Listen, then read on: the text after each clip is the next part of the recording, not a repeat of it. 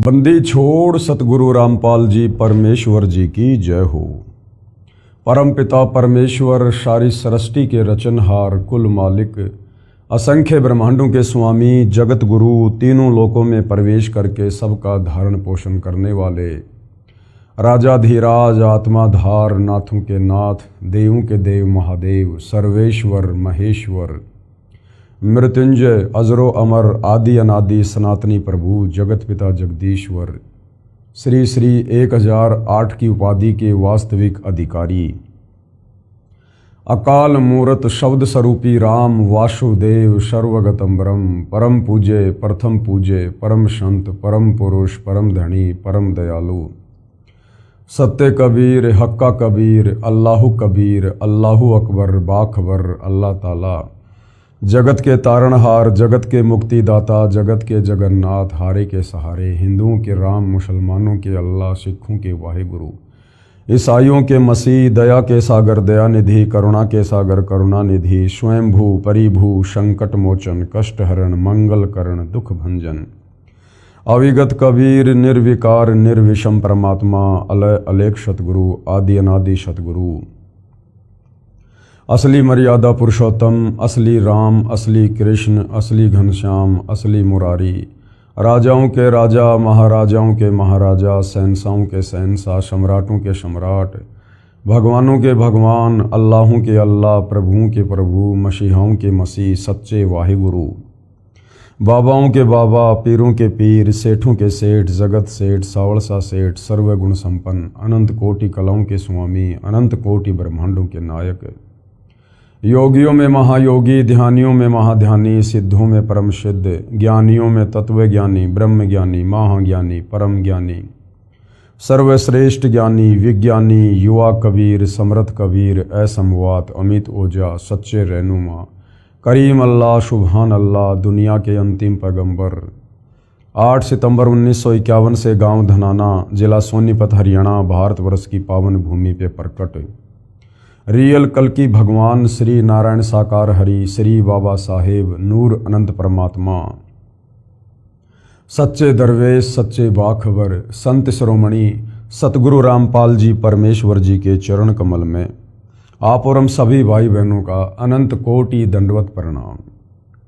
सत्साई भाई और बहनों, बहुत बड़ी दया बहुत बड़ी मेहर पूज्य गुरुदेव भगवान की परमेश्वर रामपाल जी की जिनके शुभ आशीर्वाद से विशेष आशीर्वाद से वीवीआईपी आशीर्वाद से पवित्र पुस्तक कबीर बड़ा या कृष्ण जो परम पूज्य सतगुरु रामपाल जी के सत्संगों के संग्रह के ऊपर बनी है, जो हिंदू धर्म के चारों वेद पवित्र गीता जी और 18 पुराणों के ज्ञान का निष्कर्ष निकाल कर बनाई गई है।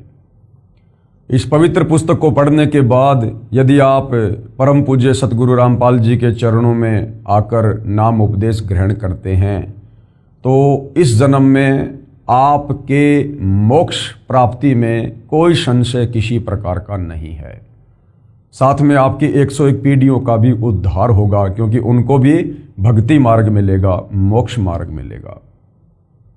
भाई और बहनों, ये पवित्र पुस्तक हिंदू समाज के लिए एक वरदान से कम नहीं है, क्योंकि सदियों से हमारे नादान तत्व ज्ञानहीन धर्म गुरुओं ने आचार्य शंकराचार्यों ने हमें जो शास्त्रों के विरुद्ध भक्ति करवाकर परमेश्वर से मिलने वाले लाभ से वंचित रखा है। अब ये पवित्र पुस्तक कबीर बड़ा या कृष्ण सबसे पहले तो ये साबित करेगी कि वास्तव में भगवान कौन है जिसकी भक्ति करनी चाहिए, क्योंकि भक्ति तो उस समय शुरू होती है जब हमें पहले भगवान का पता चलता है। सतयुग त्रेता द्वापर कलयुग 5000 वर्ष बीत चुका है। आज तक किसी भी धर्म के किसी भी धर्म गुरु ने परमात्मा चाहने वाली आत्माओं को परमेश्वर के विषय में नहीं बताया, परमेश्वर की परिभाषा के विषय में भी नहीं बताया, ना आत्मज्ञान के विषय में बताया, ना परमात्म ज्ञान के विषय में बताया। अब ठीक का समय आने पर स्वयं सारी सृष्टि के सृजनहार कबीर परमेश्वर सतगुरु रामपाल जी के रूप में धरती पर प्रकट हैं और सर्व धर्मों के धर्मशास्त्रों का निष्कर्ष निकालकर अपने सत्संगों के माध्यम से और पवित्र पुस्तकों के माध्यम से परमात्मा चाहने वाली आत्माओं के समक्ष पेश कर दिया है। अब ये हम आत्माओं के ऊपर निर्भर करेगा कि हम परमेश्वर चाहते हैं या फिर यहीं युगों युगों इस काल के कर्म बंधनों में जकड़े रहकर कष्ट उठाना चाहते हैं। तो इस पवित्र पुस्तक कबीर बड़ा या कृष्ण को पढ़ने के बाद अवश्य आपकी आत्मा जागृत होगी, यदि आपने भक्ति भाव से निष्पक्ष होकर रुचि लेकर इस पुस्तक को पढ़ा तो। अभी तक इस पुस्तक के ऊपर 10 वीडियो बन चुके हैं। इसी श्रृंखला में आज हमारा ये 11वें नंबर का वीडियो है। प्रत्येक वीडियो हमें अध्यात्म के विषय में बहुत कुछ बता रहा है। भाइयों और बहनों, इस पवित्र पुस्तक कबीर बड़ा या कृष्ण के ऊपर जो टॉपिक चल रहा है बहुत ही महत्वपूर्ण टॉपिक है। ऐसा ज्ञान, ऐसी रोचक कथाएं आपने अपनी जिंदगी में कभी नहीं सुना होगा। टॉपिक चल रहा है जनता की अदालत में, और जनता की अदालत में वर्तमान में जनता ही जज है, क्योंकि जनता शिक्षित है, एजुकेटेड है, अपनी आंखों से शास्त्रों में लिखी सच्चाई देखकर सत्य से परिचित हो सकती है, सत्य को स्वीकार कर सकती है। इसलिए सतगुरु रामपाल जी ने इस पवित्र पुस्तक में जनता की अदालत में जज भी जनता को ही बनाया है। मुकदमा है कबीर बड़ा या कृष्ण। श्री कृष्ण जी के पक्ष में खड़े होकर उनके जो वकील साहिबान हैं, उनकी एक लंबी चौड़ी फौज है, अर्थात हिंदू धर्म के सभी आचार्य, शंकराचार्य, संत, महंत, मंडलेश्वर श्री कृष्ण जी की तरफ से कोर्ट में उनका मुकदमा उनके वकील बनकर लड़ रहे हैं। दूसरी तरफ कबीर परमेश्वर जी, सारी सृष्टि के मालिक, वे स्वयं ही अपने अन्य रूप में अपने वकील हैं। यानी वर्तमान में वह कबीर परमेश्वर सतगुरु रामपाल जी के रूप में लीला कर रहे हैं, तो वे स्वयं ही अपने वकील हैं। और मुद्दा क्या है, मामला क्या है?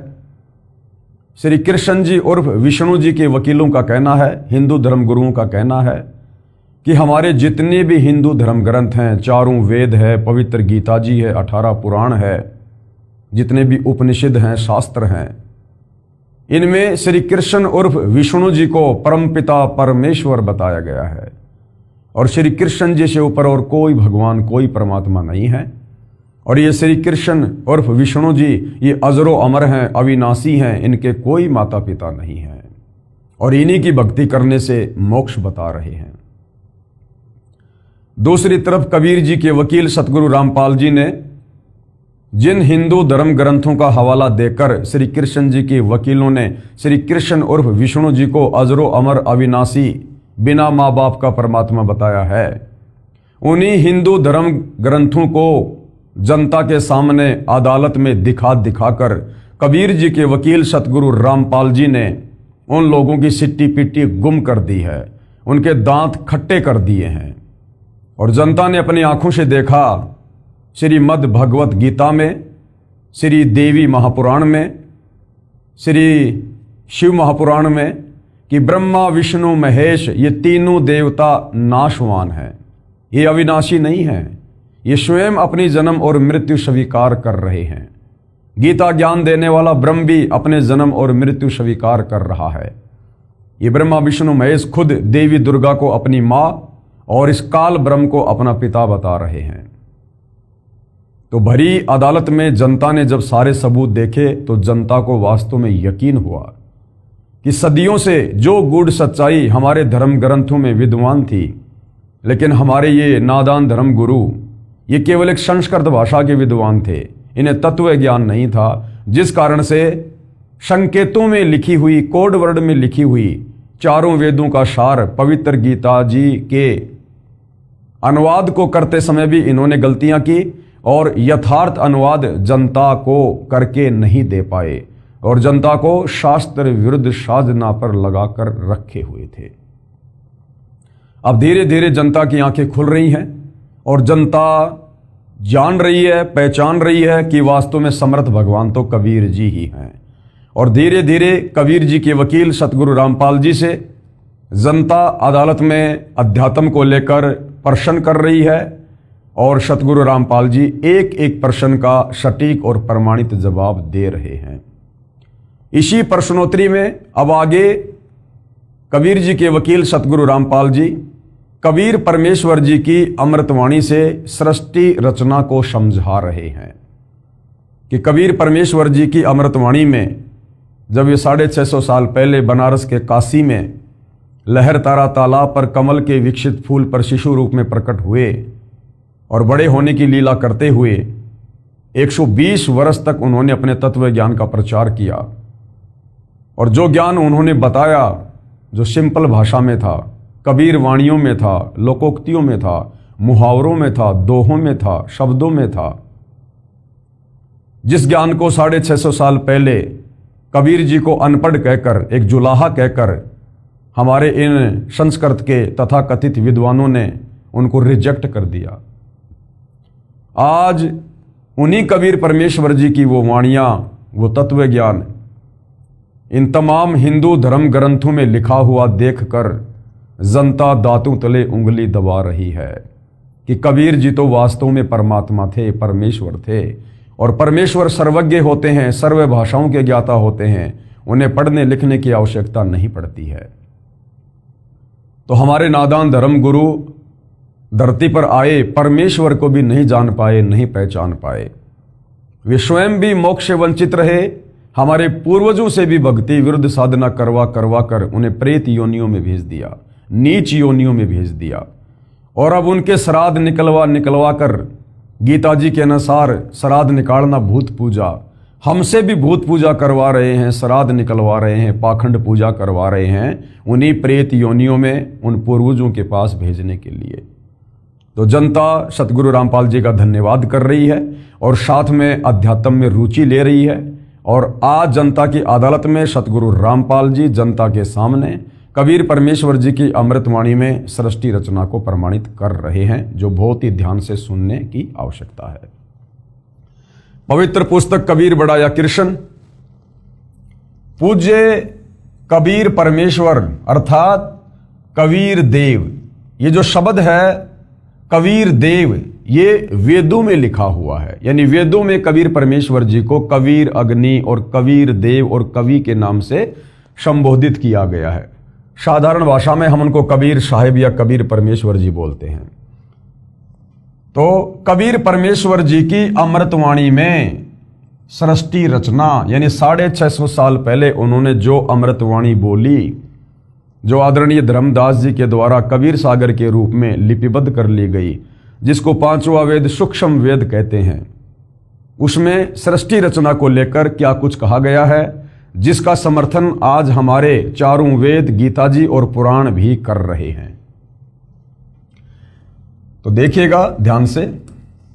विशेष निम्न अमृतवाणी सन 1403 से जब पूज्य कबीर देव यानी कबीर परमेश्वर लीला में शरीर में 5 वर्ष के हुए, सन 1518 जब कबीर देव कबीर परमेश्वर मगर स्थान से सह शरीर सतलोक गए, उसके बीच में लगभग 600 वर्ष पूर्व परम पूज्य कबीर परमेश्वर कबीर देव जी द्वारा अपने निजी सेवक दास भगत आदरणीय धर्मदास साहिब को सुनाई थी तथा धनी धर्मदास साहिब जी ने लिपिबद्ध कर ली थी। जो अमृतवाणी कबीर परमेश्वर जी की आपको सुनाई जाएगी, ये उस समय की है जब कबीर परमेश्वर सन 1398 में बनारस के काशी में प्रकट हुए और जब लीला में तरीके से 5 वर्ष के हुए, उसके बाद उन्होंने अपने ज्ञान का, तत्व ज्ञान का प्रचार प्रसार करना शुरू किया। और कबीर परमेश्वर जी जब 5 वर्ष की लीला में आयु में थे तो उनके जो प्रथम शिष्य थे वो 104 वर्ष के हिंदू धर्म के सुप्रसिद्ध विद्वान पंडित रामानंद जी हुए। 104 वर्ष के चारों वेदों के विद्वान, गीता जी के विद्वान, 18 पुराणों के विद्वान, जिनका डंका बोलता था, उस 104 वर्ष के वृद्ध पंडित रामानंद जी ने 5 वर्ष की लीला में उम्र में जो कबीर परमेश्वर जी थे, उनके तत्व ज्ञान के आगे घुटने टेक दिए और उन्हें अपना गुरु धारण किया। लेकिन दुनिया की नजरों में कबीर जी ने रामानंद जी को ही अपना मुंह बोला गुरु बना के रखा, गुरु शिष्य परंपरा को बनाए रखने के लिए। अन्यथा कबीर परमेश्वर जी ने गुरु धारण करने की आवश्यकता नहीं होती है, वे तो जगत गुरु हैं, सारी सृष्टि को ज्ञान देने के लिए आते हैं। लेकिन इस काल लोक में गुरु शिष्य परंपरा को बनाए रखने के लिए उन्होंने यह लीला की थी। तो जब कबीर परमेश्वर जी 5 वर्ष के थे लीलामय उम्र में, तो 5 वर्ष से उन्होंने तत्व ज्ञान देना शुरू किया और सन 1518 मगर से वे सशरीर सतलोक गए। उस समय तक की उनकी जो अमृतवाणियां हैं उससे आपको सृष्टि रचना बताई जा रही है तथा धनी धर्मदास साहिब जी ने लिपिबद्ध कर ली। परंतु उस समय के पवित्र हिंदुओं तथा पवित्र मुसलमानों के नादान गुरुओं नीम हकीमों ने कहा कि ये धानक जुलाहा कबीर झूठा है। किसी भी सदग्रंथ में श्री ब्रह्मा जी, श्री विष्णु जी तथा श्री शिव जी के माता पिता का नाम नहीं है। ये तीनों प्रभु यानी ब्रह्मा विष्णु महेश ये अविनाशी हैं, इनका जन्म मृत्यु नहीं होता। न ही पवित्र वेदों व पवित्र कुरान शरीफ आदि में कबीर परमेश्वर का कोई प्रमाण है तथा परमात्मा को निराकार लिखा है। ये हमारे हिंदू धर्मगुरु बताया करते थे। हम प्रतिदिन शास्त्रों को पढ़ते थे, संस्कृत के विद्वान थे, लेकिन तत्व ज्ञान नहीं था। तो तत्व ज्ञान के अभाव में वो समझ नहीं पाए कि इन वाणियों में लिखा क्या है, अध्यायों में श्लोकों में लिखा क्या है। जिस प्रकार भाइयों और बहनों 5वीं कक्षा में पढ़ने वाला बच्चा अच्छे से हिंदी पढ़ना जान जाता है, अब उस 5वीं कक्षा के बच्चे को जो केवल हिंदी ही पढ़ना जानता है, वो शब्दों के उन अर्थों को नहीं जानता। यदि उसको पीएचडी की पुस्तक दे दी जाए, वो बच्चा उसको पढ़ देगा क्योंकि हिंदी में है, लेकिन उन शब्दों के अर्थों को नहीं समझ सकता। इसी प्रकार ये हमारे नादान आचार्य शंकराचार्य धर्मगुरु ये केवल भाषा विशेष के ज्ञाता थे, इनको तत्व ज्ञान नहीं था। ये संकेतों को समझने में सक्षम नहीं थे, जिस कारण से जैसा इनको समझ में आया मनमुखी रूप से सदग्रंथों की व्याख्या करके अनुवाद करके इन्होंने समाज में वो फैला दिया, वो परोस दिया। एक प्रकार से रायता फैला दिया इन्होंने, अर्थात शास्त्र विरुद्ध साधना समाज में फैला दी। भोली आत्माओं ने उन विचक्षणों अर्थात चतुर गुरुओं पर विश्वास कर लिया कि सचमुच ये कबीर धानक तो अशिक्षित है तथा हमारे गुरुजी शिक्षित हैं, सत्य कह रहे होंगे। आज वही सच्चाई प्रकाश में आ रही है। ये नादान धर्मगुरु उस समय कह दिया करते थे अपनी बात को ऊपर रखने के लिए, जबकि कबीर परमात्मा इन धर्मगुरुओं को कहा करते थे कि पंडित जी देखो तुम्हारी आंखों के सामने ग्रंथ है। कबीर परमेश्वर अध्याय बताया करते थे, श्लोक बताया करते थे कि देखो कहाँ क्या लिखा हुआ है ब्रह्मा विष्णु महेश की माता पिता के बारे में, इनकी जन्म और मृत्यु के बारे में। वो पंडित लोग गुरु लोग देख लिया करते थे और जान लिया करते थे कि वास्तव में कबीर जी जो कह रहे हैं वैसा ही लिखा हुआ है। लेकिन अहंकार वश, मान बढ़ाई वश, काल प्रेरणा वश कि कहीं हमारा धार्मिक धंधा फैल ना हो जाए, रोजी रोटी खत्म ना हो जाए, जिस कारण से उन्होंने ये कहकर उस समय की जो अनपढ़ जनता थी उनको बरगला दिया, भ्रमित कर दिया कि देखो रे लोगों ये कबीर जुलाहा झूठ बोलता है, ये तो अनपढ़ है, इसको तो संस्कृत आती नहीं और हमारे सारे सदग्रंथ संस्कृत भाषा में हैं। तो आम व्यक्ति इस बात को बिल्कुल पक्का समझ लिया करते थे, मान लिया करते थे कि वास्तव में कबीर जी तो जुलाहा है, ये तो अनपढ़ है, संस्कृत आती नहीं, इसे क्या पता शास्त्रों में क्या लिखा है। कबीर जी झूठ बोल रहे हैं और हमारे गुरु जी सही कह रहे हैं। इस प्रकार से उन नादान धर्म गुरुओं की दाल गली रही।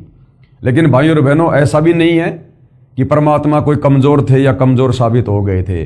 वो समय नहीं था इन धर्मशास्त्रों की सच्चाई जन जन के सामने उजागर करने की, वो समय नहीं था भाइयों और बहनों।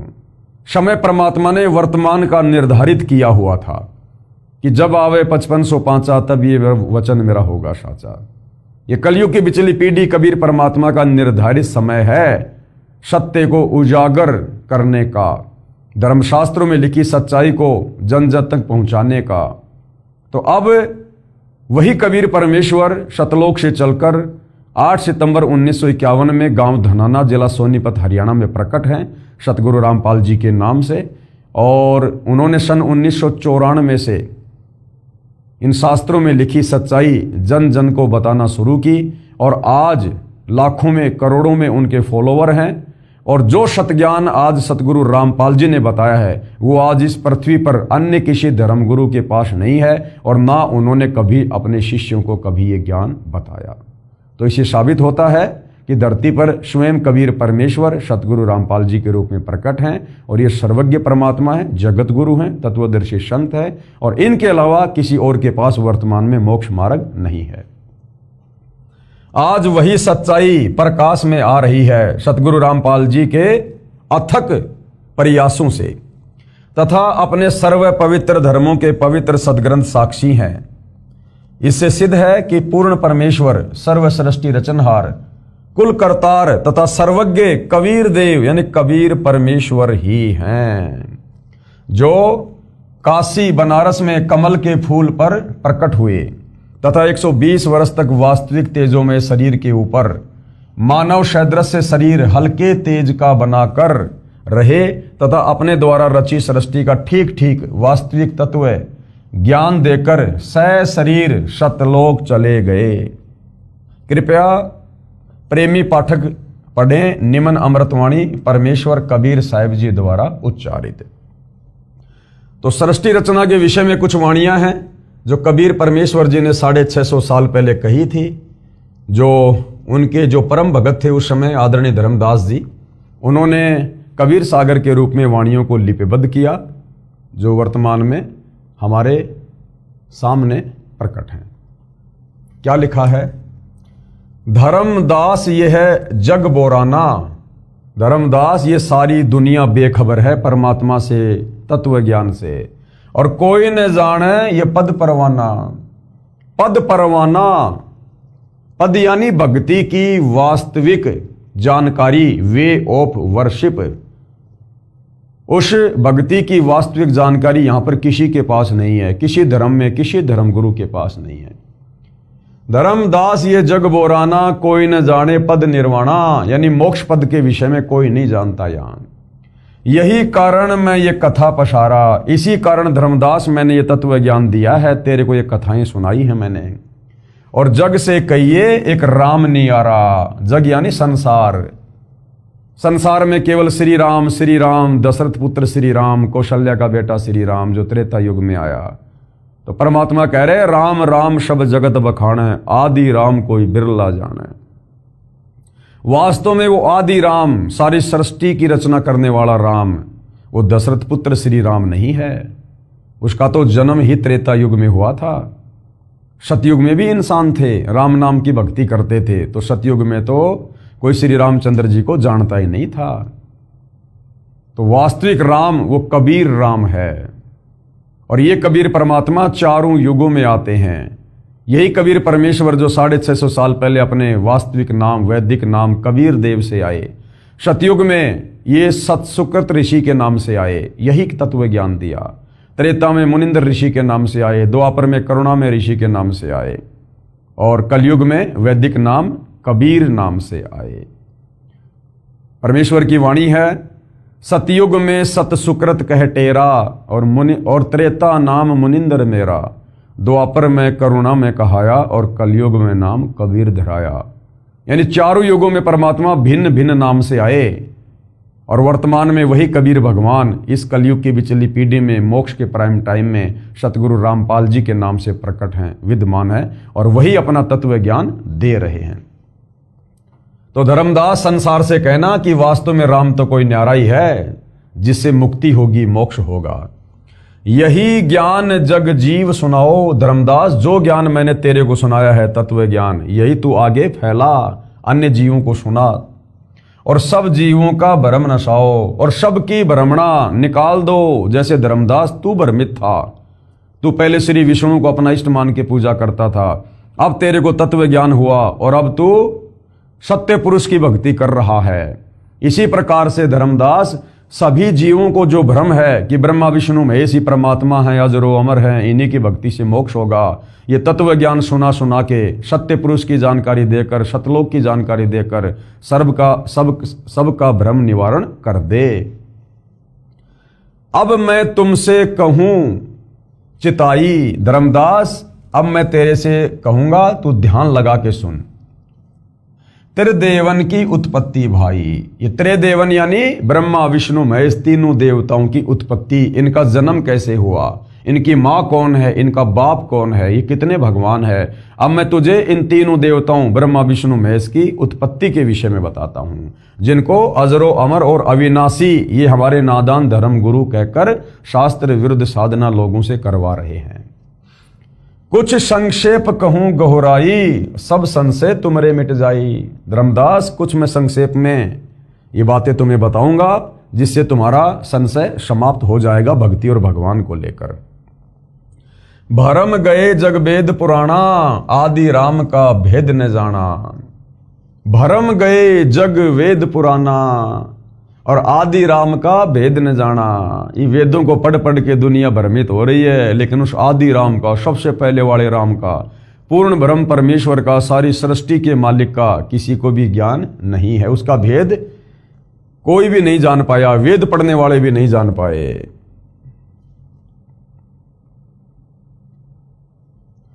राम राम सब जगत बखाने और आदि राम कोई बिरला ही जाने। दशरथ पुत्र राम के विषय में तो सब कहते हैं कि राम राम जय जय राम श्री राम, परंतु उससे पहले वाला जो राम है, सतयुग वाला राम, उस आदि राम, उस कबीर राम के बारे में, सत्य राम के बारे में, सत कबीर के बारे में कोई नहीं जानता है। वो तो कोई बिरला ही जानेगा, बिरला, जिस पर कबीर परमेश्वर की खुद की रजा होगी, वे स्वयं उसको बताएंगे, समझाएंगे, वही जान सकता है। ज्ञानी सुने तो हृदय लगाई, यदि मेरे द्वारा बताई गई इस सृष्टि रचना को, इस तत्व ज्ञान को धर्मदास, यदि कोई ज्ञानी व्यक्ति सुनेगा, समझेगा, तो वो तो सौ शुक्र मनाएगा। हृदय लगाई कि हे भगवान, ऐसा ज्ञान हमारे शास्त्रों में हर बात का प्रमाण है, आज से पहले सुना ना देखा, तो कहते हैं वो तो हृदय लगाएगा, वो तो प्रसन्न होगा, खुश होगा, सौ गुण गाएगा। और इसी ज्ञान को यदि मूर्ख सुने तो गम ना पाई, और कोई मूर्ख सुनेगा तो कहेगा नहीं नहीं, झूठ बोल रहे हैं, कोई सच्चाई नहीं है। मां अष्टंगी और पिता निरंजन। ब्रह्मा विष्णु महेश की मां कौन है? अष्टंगी, 8 भुजा वाली दुर्गा। और ब्रह्मा विष्णु महेश का पिता कौन है? निरंजन, यानी ज्योति निरंजन, काल ब्रह्म। वे जमदारुण वंशन अंजन, पहले कीन निरंजन राई। कबीर परमात्मा ने सबसे पहले सतलोक में अपने वचन से, अंडे से निरंजन की, यानी काल की उत्पत्ति की, और पीछे से माया उपजाई, और उसके बाद में परमात्मा ने माया यानी ये दुर्गा अष्टंगी, इसको बनाया। सृष्टि रचना से आप भाई बहनों को अच्छे से पता है कि सबसे पहले जिस हंस आत्मा ने काल के 21 ब्रह्मांड में उसके साथ जाने के लिए हाथ खड़ा किया था, उस हंस आत्मा को परमात्मा ने एक युवा लड़की बनाया, जिसको आदि माया और ये दुर्गा कहा जाता है। माया रूप देख अति शोभा और देव निरंजन तन मन लोभा। दुर्गा के उस युवा रूप रंग को देखकर और ये ज्योति निरंजन उसके ऊपर आसक्त हो गया, अपना तन मन, अपना सब कुछ होशो हवास खो बैठा। कामदेव धर्मराय सताए, यानी ये रजोगुण के वशीभूत हो गया ज्योति निरंजन काल, और देवी को तुरंत ही दरखाए। और दुर्गा के साथ में जैसे इसने बदतमीजी, बलात्कार करने का प्रयास किया, उसी समय दुर्गा सूक्ष्म रूप बनाकर काल के ज्योति निरंजन के पेट में गई, और वहां से परमात्मा जी से अरदास करी कि हे कबीर परमेश्वर, मेरी रक्षा करो। पेट से देवी करी पुकारा, वहां सूक्ष्म रूप में काल के पेट से देवी दुर्गा ने कबीर परमात्मा से अर्ज की, हे साहेब मेरा करो उबारा, हे परमात्मा मेरी रक्षा करो, मुझे बचाओ। टेर सुनी तब हम तहां आए, जब दुर्गा की आवाज सुनी, वो पुकार सुनी, तब कबीर परमात्मा कहते हैं हम वहां पर आए और अष्टंगी के बंद छुड़वाए। अष्टंगी यानी दुर्गा 8 भुजा वाली, काल के पेट से उसको परमात्मा जी ने बाहर निकाला। सतलोक में कीन्या दुराचारी, दुराचारी सतलोक में इस काल ने, ज्योति निरंजन ने दुर्गा के साथ में, क्योंकि दुर्गा भी कबीर परमेश्वर के वचन से उत्पन्न और काल भी कबीर परमेश्वर के वचन से उत्पन्न, दोनों आपस में भाई बहन हुए। तो काल ने दुर्गा के साथ में जबरदस्ती करने का प्रयास किया, उसको परमेश्वर ने दुराचार की संज्ञा दी है, दुराचार की। तो इस ज्योति निरंजन ने दुर्गा के साथ में जबरदस्ती की, जिस कारण काल निरंजन दीन्या निकारी, कबीर परमात्मा ने इस ज्योति निरंजन काल को श्राप दे दिया कि आज के बाद तेरा नाम काल होगा और तू रोजाना 1,00,000 मानव शरीरधारी आत्माओं के सूक्ष्म शरीर से निकली वासना खाएगा और निकल जा यहां से सतलोक से। और 16 संकोश की दूरी पर सतलोक से 21 ब्रह्मांड सहित उसको भेज दिया, निकाल दिया। माया समेत दिया भगाई, दुर्गा सहित, क्योंकि दुर्गा ने भी गलती की। सतलोक में सारे आनंद थे, सारे ठाठ बाट थे, लेकिन काल के साथ जाने के लिए उसने हाथ खड़ा किया, स्वीकृति दी, पतिव्रता पद से गिर गई, जिस कारण से परमात्मा ने दुर्गा और काल को दोनों को 21 ब्रह्मांड सहित सतलोक से 16 संकोश की दूरी पर निकाल दिया। और दुर्गा के पीछे पीछे हम असंख्य आत्माओं ने, जो आज यहाँ ब्रह्मा विष्णु महेश, लक 84 में गधा कुत्ता शुअर देव जितने भी हैं प्राणी 21 ब्रह्मांड में, मक्खी मच्छर कीट पतंग, हम सब ने भी हाथ खड़े कर दिए थे। तो हम सबको कबीर परमात्मा ने सूक्ष्म रूप बनाया और दुर्गा के अंतःकरण में डाल दिया और कहा कि मैंने तेरे को शब्द शक्ति दे दी है, ये काल जितनी आत्मा कहे तू अपने वचन से उत्पन्न कर देना। माया समेत दिया भगाई, 16 शंख कोश दूरी पर आई, यानी सतलोक से 16 शंख कोश की दूरी पर ये काल के 21 ब्रह्मांड आ गए। अष्टंगी और काल अबदोई, अब 21 ब्रह्मांड में कौन है? ये दुर्गा और काल दोनों।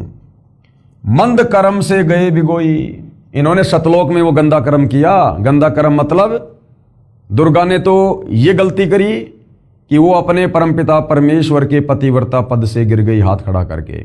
और काल ने क्या मंदा कर्म किया? दुर्गा के यौवन को देखकर, रूप रंग को देखकर उसके ऊपर आसक्त होकर जबरदस्ती करने का उसने जो है कुप्रयास किया।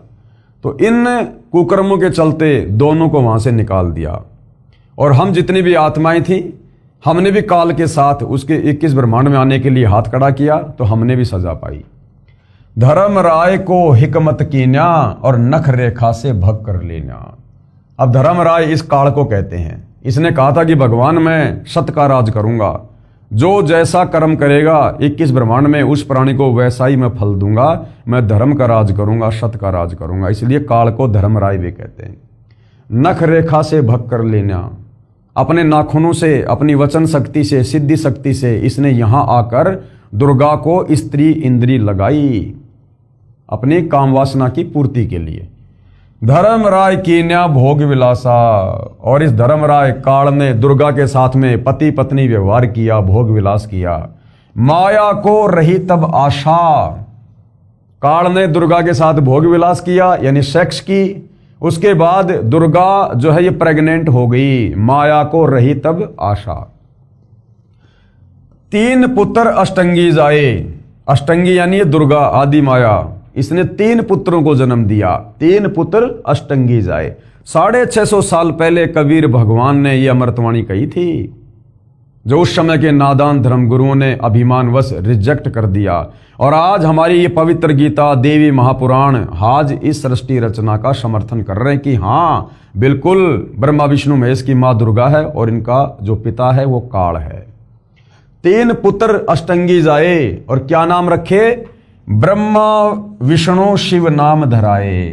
क्या नाम रखे उनके? ब्रह्मा विष्णु और शिव। 3 देव विस्तार चलाए, और इनमें ये जग धोखा खाए। और यही तीनों देवता काल और दुर्गा के ये तीनों पुत्र ब्रह्मा विष्णु महेश 3 देव विस्तार चलाए। फिर इस काल ने क्या किया? 3 पुत्रों की उत्पत्ति कर दी, समय आने पर उनको तैयार कर दिया सृष्टि रचना के लिए, एक एक गुण से युक्त करके। ब्रह्मा जी को रजोगुण से युक्त कर दिया, विष्णु जी को शतोगुण से, शंकर जी को तमोगुण से। और काल ने कहा कि दुर्गा अब मैं किसी को भी अपने ओरिजिनल काल रूप में दर्शन नहीं दूंगा, और इन तीनों पुत्रों के माध्यम से अब तू मेरे एक ब्रह्मांड में सृष्टि रचना का कार्य शुरू कर। तो एक ब्रह्मांड में 3 लोकों में, पृथ्वी लोक, स्वर्गलोक और पाताल लोक, इस एक ब्रह्मांड में जो सृष्टि रचना का कार्य जो चल रहा है रजोगुण के प्रभाव से, ब्रह्मा जी के रजोगुण के प्रभाव से, यहां पर सभी जीव जबरदस्ती वासना से प्रेरित होकर संतान उत्पत्ति करते हैं। हमसे जबरदस्ती संतान उत्पत्ति करवाई जा रही है। विष्णु जी के सतोगुण के प्रभाव से ना चाहते हुए जबरदस्ती हम मोह ममता में बंधे रहते हैं, मेरा बेटी, मेरा बेटा, मेरी कार, मेरी कोठी। और श्री शंकर जी के तमोगुण के प्रभाव से लड़ाई झगड़ा, मन मुटाव, राग द्वेष, ईर्ष्या, इस प्रकार की भावना। काल ये सब कुछ क्यों करवा रहा है? अपने भोजन के लिए, क्योंकि उसे प्रतिदिन 1 लाख मानव शरीरधारी आत्माओं के सूक्ष्म शरीर से निकली वासना खाने का श्राप लगा है। जब ये मानव शरीरधारी प्राणी शरीर छोड़ता है, स्त्री या पुरुष, सबसे पहले ये जीवात्मा सूक्ष्म शरीर में काल के पास 21वें ब्रह्मांड में जहां पर ये रहता है, जहां पर इसने तपतशिला बना रखी है, ये आत्मा वहां जाती है सूक्ष्म शरीर में। और वहां पर ये काल सभी आत्माओं को प्रतिदिन 1 लाख सूक्ष्म शरीरधारी आत्माओं को तपतशिला पर भूनता है, जैसे हम तवे के ऊपर जीरा भूनते हैं, चटक चटक करता है। तो सूक्ष्म शरीर में आत्मा मरती नहीं है, लेकिन वो बहुत ज्यादा पीड़ा सहन करती है, बेहोश हो जाती है। और सारे जीवन काल में उस स्त्री या पुरुष ने जो भी विषय वासना की है, जो भी गंदा कुछ खाया पिया, शराब, मांस, तंबाकू, बीड़ी, सिगरेट, चोरी, जारी, ठगी, व्यभिचार, जो भी विषय वासना उसके सूक्ष्म शरीर में जमा हो जाती है, उसको ये काल तपतशिला पर भून भून के, जैसे गन्ने का जूस निकाला जाता है, इस प्रकार से इस आत्मा की वासना निकालता है और आत्मा बेहोश हो जाती है, कायल हो जाती है। उसके बाद उस वासना को ये खाता है और उस आत्मा को फिर अपने विधान अनुसार धर्मराज के दरबार में भेज देता है। वहां जाकर आत्मा होश में आती है और लाइन में लगी रहती है। अब आगे गधा बनना है, कुत्ता बनना है, नरक में जाना है, स्वर्ग में जाना है, या कोई संस्कार शेष है तो वापस धरती पर जाकर मनुष्य जन्म प्राप्त करना है। और ये वासना ये किस प्रकार से जमा होती है भाई और बहनों? जिस प्रकार हम उदाहरण के लिए रसगुल्ला खाते हैं, आपने जैसे रसगुल्ला अपने मुंह में लिया, जीभ पर रखा, आपको एक टेस्ट आएगा रसगुल्ले का, क्या स्वाद है, वो है वासना, वो वासना है। आपने शराब अपने मुंह में डाली, शराब को मुंह में डालते ही, जीभ पर डालते ही आपको उसका एक टेस्ट आएगा, जैसा भी है, वो वासना है। वो कहां जमा हो रही है? वो हमारे सूक्ष्म शरीर में जमा हो रही है। हमारे मुंह से अंदर वो वस्तु जाते ही उसका कोई टेस्ट नहीं रहता। तो वो जो वासना जमा हो रही है, खट्टी, मीठी, तीखी, जैसी भी है, वो वासना हमारे सूक्ष्म शरीर में जमा होती रहती है। और जिसमें जितनी ज्यादा वासना होती है, तपतशिला पर उसको उतने ज्यादा टाइम तक भूना जाता है, उतना ज्यादा वो दुखी होता है, परेशान होता है।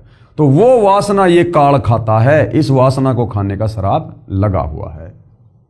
तो क्या कहते हैं? 3 देव विस्तार चलावे। एक ब्रह्मांड में काल की सृष्टि, तीनों देवता ब्रह्मा विष्णु महेश चला रहे हैं। इनमें ये जग धोखा खावे, और ये ब्रह्मा विष्णु महेश को ही पूर्ण ब्रह्म परमात्मा मान के, भगवान मान के, क्योंकि काल तो सबके सामने आता नहीं, उसने सौगंध खा रखी है कि मैं तो मेरे काल रूप में किसी को दर्शन दूंगा नहीं। अगर मेरे तीनों बेटों ब्रह्मा विष्णु महेश को सच्चाई का पता चल गया तो मेरे लिए फिर ये संतान उत्पत्ति करना, ये काम ये बंद कर देंगे, फिर मैं खाऊंगा क्या? तो दुर्गा को इसने सख्त हिदायत दे रखी है कि दुर्गा मेरे बारे में, औरों को तो छोड़ो, मेरे तीनों बेटे ब्रह्मा विष्णु महेश को भी हकीकत का मत बता देना कि बेटा तेरा बाप पहले सतलोक में रहता था, ऐसे ऐसे तेरे बाप ने तप किया, गलती की, फिर तेरे बाप को कबीर भगवान ने शराप दिया, उस शराप के चलते फिर ये तुम्हारे से ये गंदा कर्म करवा रहा है। तो दुर्गा को भी इसने डरा रखा, धमका रखा कि अगर मेरा भेद मेरे पुत्रों को भी दे दिया तो मेरे से बुरा कोई नहीं होगा। तो ब्रह्मा विष्णु महेश को अपनी माँ का तो पता है कि दुर्गा है, लेकिन बाप का नहीं पता। अरे जिसको अपने बाप का नहीं पता, हम उनको भगवान मान के पूज रहे हैं। तो काल के एक ब्रह्मांड में 3 लोक की सृष्टि ब्रह्मा विष्णु महेश चला रहे हैं, और सभी जीव इन्हीं को भगवान मानकर कर्म बंधनों में उलझे हुए हैं। पुरुष गम कैसे कोई पावे? अब बताओ 21 ब्रह्मांड में उस पुरुष यानी असली भगवान कबीर के बारे में कोई कैसे जान पाएगा? ब्रह्मा विष्णु महेश को तो पता नहीं है, दुर्गा काल के डर से बताती नहीं है, और काल किसी को बताएगा नहीं। अगर पता चल गया तो सारे जीव सतलोक चले जाएंगे, फिर इसके भोजन का क्या होगा? तो परमात्मा कहते हैं अब बताओ 21 ब्रह्मांड में किसी को उस भगवान के बारे में, सारी सृष्टि के मालिक के बारे में, सतलोक के राजा कबीर के बारे में कैसे पता चले? इसलिए वो कबीर परमात्मा खुद ही चलकर धरती पर संत रूप में, तत्वदर्शी संत रूप में आता है, अपने आप को छुपाता है कि मैं तो भगवान का भेजा हुआ हूं, मैं तो उसका दास हूं, उसका नौकर हूं, ताकि हम उसके ज्ञान को समझें। अगर वो इंसान रूप में आके कह दे मैं भगवान हूं, तो कोई भी उसके ज्ञान को स्वीकार नहीं करेगा कि ये तो बड़ा अहंकारी आदमी है, बड़ा पाखंडी आदमी है, हमारे सामने जन्म लिया और अपने आप को भगवान कह रहा है। इसलिए कबीर भगवान ने अपने आप को छुपाना पड़ता है, अपने आप को तत्वदर्शी संत कहते हैं, जगत गुरु कहते हैं, साधु कहते हैं, भगवान का भेजा हुआ दास कहते हैं। पुरुष गम कोई कैसे पावे, ये काल निरंजन जग भरमावे। इस काल ने अपने पुत्र ब्रह्मा विष्णु महेश और दुर्गा के माध्यम से पूरे संसार को भ्रमित कर रखा है, असली भगवान को लेकर, भक्ति को लेकर। 3 लोक, पृथ्वी लोक, पाताल लोक और स्वर्ग लोक, 3 लोक अपने सुत दीन्या, अपने सुत यानी अपने बेटों को दे दिए 3 लोक एक ब्रह्मांड में, पृथ्वी पाताल स्वर्ग। यहां का स्वामी बना दिया इनको, एक एक गुण का, रजोगुण का ब्रह्मा जी को, शतोगुण का विष्णु जी को, तमोगुण का शंकर जी को, और सारे जीव इन्हीं को भगवान मानकर पूज रहे हैं। और शून्य निरंजन बाशालीन्या, और ये निरंजन ज्योति निरंजन काल, इसने शून्य में, शून्य यानी 21 ब्रह्मांड में सबसे ऊपर की जो जगह है जहां पर यह तपस्या बनाकर रहता है, वहां फिर ये निवास करने लगा। अलख निरंजन सुन ठिकाना, इस अलख निरंजन, अब इसको ये अलख निरंजन क्यों कहने लग गए? क्योंकि चारों वेदों में और पवित्र गीता जी में केवल इस ब्रह्म तक की साधना का ही मंत्र है, यानी काल का ओम मंत्र ही है चारों वेदों में। जानकारी तो उस पूर्ण परमात्मा की है, लेकिन जो प्राप्ति का मंत्र है वो केवल ओम मंत्र है। यजुर्वेद अध्याय 40 मंत्र 10 और 15 और गीता अध्याय 8 श्लोक नंबर 13। ओम इति एक अक्षर ब्रह्म व्यवहरण माम अनुस्मरण, ये परियाति तजन देहम सयाति परमाम गतम। तो हमारे ऋषि मुनियों ने, महात्माओं ने क्या किया?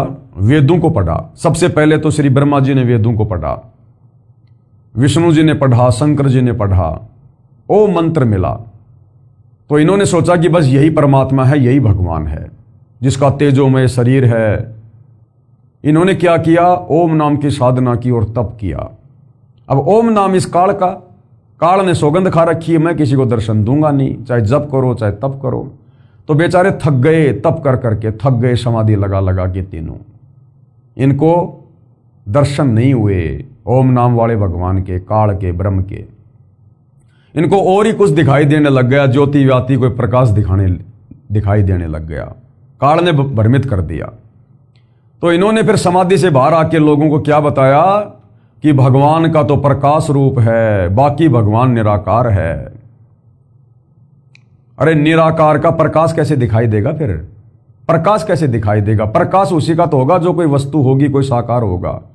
अब कोई कहे कि सूर्य निराकार है लेकिन सूर्य का प्रकाश है, तो बिना सूरज के, अगर सूरज साकार है तो ही तो उसका प्रकाश होगा। हमारे घरों में जो बल्ब जलते हैं, ट्यूब जलती है, अगर ट्यूब है तो ही उसकी लाइट होगी, बिना ट्यूब के लाइट भी नहीं हो सकती। लेकिन इतनी बुद्धि, इतना दिमाग तत्व ज्ञान के बिना भाई और बहनों हो नहीं सकता।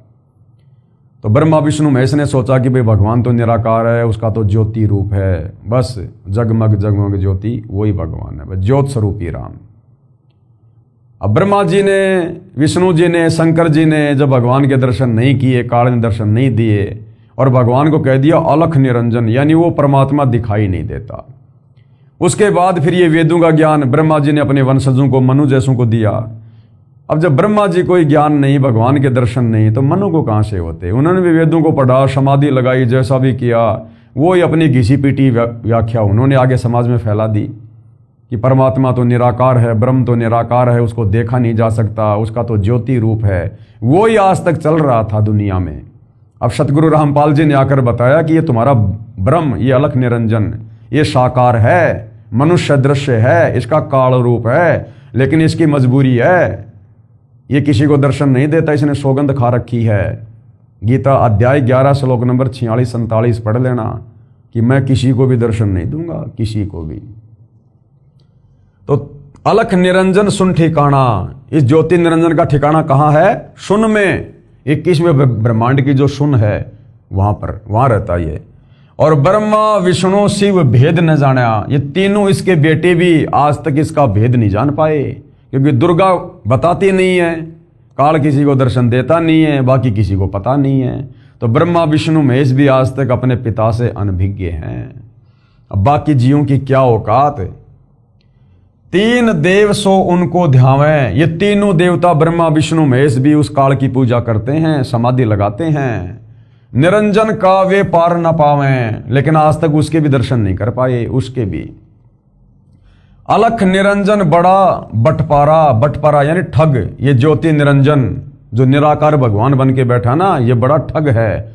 ये किस ब्रह्मांड में सबको ठग रहा है, अपने बेटों को भी नहीं छोड़ता ये।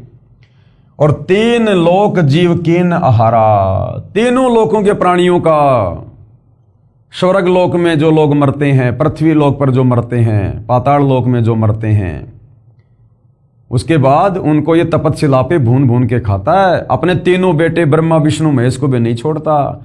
समय आने पर इनको भी तपस्या पे भून भून के खाता है ये। तो तीन लोक के प्राणियों का ये काल आहार करता है, क्योंकि इसको प्रतिदिन 1 लाख मानव शरीरधारी आत्माओं के सूक्ष्म शरीर से निकली वासना, गंध, वो मैल खाने का शराब लगा हुआ है।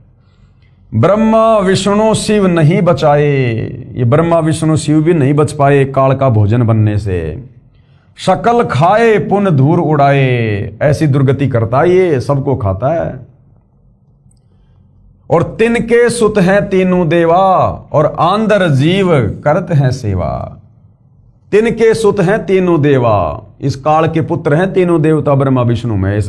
और आंदर जीव, और जो ज्ञानहीन प्राणी हैं, जिनको तत्व ज्ञान नहीं, शास्त्रों का ज्ञान नहीं, वो प्राणी, वो स्त्री, वो पुरुष, वो देवलोग, वो गंधर्व, यक्ष, वो किन्नर, तीनों लोकों में इन्हीं ब्रह्मा विष्णु महेश की पूजा करते हैं, इनकी सेवा करते हैं। उनको अंधा कहा है, क्योंकि शास्त्रों में, चारों वेदों में और पवित्र गीता जी में कहीं भी ब्रह्मा विष्णु महेश की पूजा करने को नहीं कहा गया है।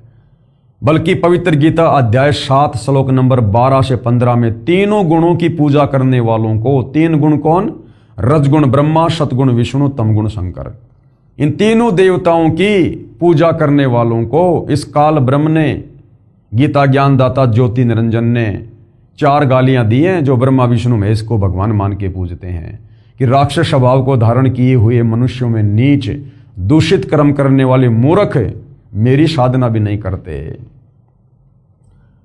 अकाल पुरुष काहू नहीं चीन्या, अकाल यानी जो कभी काल के अंतर्गत नहीं आता, जिसको काल नहीं खा सकता, अविनाशी परमात्मा, अकाल मूर्त यानी कबीर भगवान सत्य पुरुष। कहते हैं अकाल पुरुष काहू नहीं चीन्या, उसको तो किसी ने भी नहीं जाना, किसी ने भी नहीं पहचाना आज तक, क्योंकि किस ब्रह्मांड में कोई बताने वाला ही नहीं। यहां काल किसी को जानकारी होने नहीं देता, या तो खुद ही भगवान बन के बैठा ये। तो 21 ब्रह्मांड के प्राणियों को, बेचारों को कहां से उस अकाल मूर्त शब्द स्वरूपी राम कबीर भगवान के बारे में पता चलता। काल पाए सब ही गए लीना, ब्रह्म काल सकल जग जाने। इस काल को ही ब्रह्म यानी भगवान के नाम से पूरी 21 ब्रह्मांड के आत्माएं जानती हैं कि बस ये ब्रह्म ही भगवान है, ब्रह्म ही भगवान है, वो निराकारी भगवान है। तो इस काल ब्रह्म को, वैसे ब्रह्म शब्द ये कबीर भगवान के लिए है, ब्रह्म यानी परमात्मा, लेकिन इस काल ने यहां पर अपने आप को भी ब्रह्म घोषित कर दिया, ब्रह्म, जीवों को धोखा देने के लिए। तो कहते हैं काल ब्रह्म सकल जग जाने। इस काल ब्रह्म को तो पूरी दुनिया जानती है कि वो ओम नाम वाला भगवान काल ब्रह्म, महाकाल, ज्योति निरंजन, अलख निरंजन, केवल 21 ब्रह्मांड के प्राणी इसी तक सीमित हैं। आदि ब्रह्म को ना पहचाना, उस आदि ब्रह्म, सबसे पहले वाले ब्रह्म, सबसे पहले वाले भगवान कबीर देव को, जो सतलोक में रहते हैं, सारी सृष्टि के मालिक है, उसको कोई नहीं जानता, कोई नहीं पहचानता। इसलिए भाई और बहनों, वो आदि ब्रह्म कबीर भगवान खुद ही इस 21 ब्रह्मांड में प्रकट होता है, हमारे जैसा इंसान रूप धारण करता है, अपने तेज पुंज के शरीर को हल्का करके प्रकट होता है, आप और हमें अपनी आत्माओं को सतज्ञान बताने के लिए, वापस सतलोक ले जाने के लिए। आदि ब्रह्म को ना पहचाने। तीनों देव और अवतारा, ये तीनों देवता ब्रह्मा विष्णु महेश और इनके अंश अवतार जो यहां पर पृथ्वी पर प्रकट होते हैं, जैसे विष्णु जी के अवतार के रूप में त्रेता में रामचंद्र जी आए, द्वापर में श्री कृष्ण जी आए, ऐसे ब्रह्मा जी के अवतार के रूप में, ऐसे ही श्री शंकर जी अपने अवतार यहां भेजता है, जैसे हनुमान जी थे, और जो रुद्र अवतार हैं 11। ताको भजे सकल संसारा, ये सारा संसार, तीनों लोकों के प्राणी इन्हीं ब्रह्मा विष्णु महेश को और इनके जो अवतारगण हैं उन्हीं को परमात्मा मानकर पूजते रहते हैं, क्योंकि ये ब्रह्मा विष्णु महेश और इनके अवतार ऊपर के लोगों से काल के द्वारा दी गई थोड़ी बहुत कोई शक्ति लेकर आते हैं, यानी अन्य आम प्राणियों से ज़्यादा ताकतवर, शक्तिशाली, सिद्धि युक्त होते हैं और कुछ ऐसे कार्य कर देते हैं जिससे ये आम प्राणियों में भगवान सिद्ध हो जाते हैं। तो आम प्राणी बेचारे फिर इन्हीं को परमात्मा मान के, भगवान मान के, महापुरुष मान के और इन्हीं की पूजा शुरू कर देते हैं। ये भी काल की सुनियोजित एक चाल है, षड्यंत्र है, जीवों को भक्ति से भटकाने के लिए। तीनों देवता और अवतारा ताको बजे सकल संसारा, तीनों गुण का ये विस्तारा, रजगुण ब्रह्मा, सतगुण विष्णु, तमगुण शंकर, तीनों गुण का ये विस्तारा। धर्मदास मैं कहूं पुकारा, धर्मदास अब मैं तुझे बताऊंगा सारी बातें कि किस प्रकार से ब्रह्मा विष्णु महेश के माध्यम से इस काल ने सब जीवों को भ्रमित कर रखा है। गुण तीनों की भक्ति में, गुण तीन, रजगुण, सतगुण, तमगुण। रजगुण ब्रह्मा, सतगुण विष्णु, तमगुण शंकर। हे धर्मदास, कबीर परमात्मा कह रहे हैं इन तीनों गुण, इन तीनों देवताओं की भक्ति में सारा संसार भूला पड़ा है। कहे कबीर निज नाम बिन कैसे उतरे पार। कबीर परमात्मा कह रहे हैं बिना वास्तविक नाम के, जिस नाम से मोक्ष होगा, वापस सतलोक जाओगे, उस वास्तविक नाम के बिना, जिसका जिक्र गीता अध्याय 17 श्लोक 23 में है, ओम तत् सत इति निर्देशे ब्रह्मण त्रिविध समर्थे। कहते हैं जब तक वो ओम तत् सत वाला जो ओरिजिनल नाम है, जो गीता जी में संकेत में लिखा हुआ है, उसको तत्वदर्शी संत ही खोल के बताएगा। जब तक वो नाम तत्वदर्शी संत से नहीं मिलेगा तब तक जीव आत्मा की मुक्ति नहीं हो सकती। कैसे उतरे पार, पार उतरना यानी सतलोक चले जाना। तो गुरुदेव भगवान हमें कितने बढ़िया तरीके से सरलार्थ करके परमेश्वर ने लिख कर समझाया है। देखिएगा, उपरोक्त अमृतवाणी में, जो अमृतवाणी अभी हमने कबीर परमेश्वर जी की ये पढ़ी है, उपरोक्त अमृतवाणी में परमेश्वर कबीर साहिब जी अपने निजी सेवक श्री धर्मदास साहिब जी को कह रहे हैं कि धर्मदास, ये सर्व संसार तत्व ज्ञान के अभाव से विचलित है। किसी को पूर्ण मोक्ष मार्ग तथा पूर्ण सृष्टि रचना का ज्ञान नहीं है। इसलिए मैं आपको मेरे द्वारा रची सृष्टि की कथा सुनाता हूं, क्योंकि उस परमेश्वर कबीर के द्वारा रची गई सृष्टि की कहानी वो परमात्मा स्वयं ही सुना सकता है, दूसरा कोई नहीं बता सकता। बुद्धिमान व्यक्ति तो तुरंत समझ जाएंगे, परंतु जो सर्व परमाणु को देखकर भी नहीं मानेंगे। यानी अब आगे आपको जो अमृतवाणी आपने पढ़ी है सृष्टि रचना को लेकर, जो सत्य कथा, अमर कथा, ये सारी बातें आपको हिंदुओं के धर्मशास्त्रों में लिखी हुई बताएंगे। तो कबीर परमेश्वर ने कहा कि धर्मदास, अगर आंखों सारे प्रमाण देखकर भी कोई नहीं मानेगा वो तो मूर्ख प्राणी है, वो तो काल का गुलाम है। और जो सारे प्रमाण देकर स्वीकार कर लेगा, समझ लेना वो भक्ति का अधिकारी जीव है। परंतु जो सारे प्रमाणों को देखकर भी नहीं मानेंगे वे तो नादान प्राणी, काल प्रभाव से प्रभावित है, वे भक्ति योग्य नहीं हैं। अब मैं बताता हूं तीनों भगवानों ब्रह्मा जी, विष्णु जी तथा शिव जी की उत्पत्ति कैसे हुई, यानी इनका जन्म कैसे हुआ। इनकी माता जी तो अष्टंगी यानी दुर्गा है, माँ अष्टंगी, पिता निरंजन, तथा इनका पिता ज्योति निरंजन है। इसका नाम ज्योति निरंजन क्यों पड़ा? जब परमात्मा ने सतलोक में इसको अंडे से उत्पन्न किया तो उस समय इसमें ज्योति थी, इसमें वो प्रकाश निकला, नूर था इसका भी, जिस कारण से इसको ज्योति निरंजन नाम दिया गया। तो इनका जो पिता है वो कौन है? ज्योति निरंजन, ये ब्रह्म, ये काल। पहले ब्रह्म की उत्पत्ति अंडे से हुई, फिर दुर्गा की उत्पत्ति हुई। दुर्गा के रूप पर आसक्त होकर काल ब्रह्म ने गलती यानी छेड़छाड़ की, जिसको दुराचार की संज्ञा दी गई है। तब दुर्गा को और क्या कहते हैं? प्रकृति। दुर्गा का और क्या नाम है? प्रकृति। हमारे ही पुराणों में, देवी पुराण में दुर्गा का अन्य नाम है अष्टंगी, आदि माया और प्रकृति, शिवा। गीता अध्याय 14 श्लोक नंबर 3 और 5 में ये गीता ज्ञानदाता काल ब्रह्म दुर्गा को क्या कह रहा है? प्रकृति, यानी मैं अपनी प्रकृति के गर्भ में बीज स्थापित करता हूं जिससे सबकी उत्पत्ति होती है।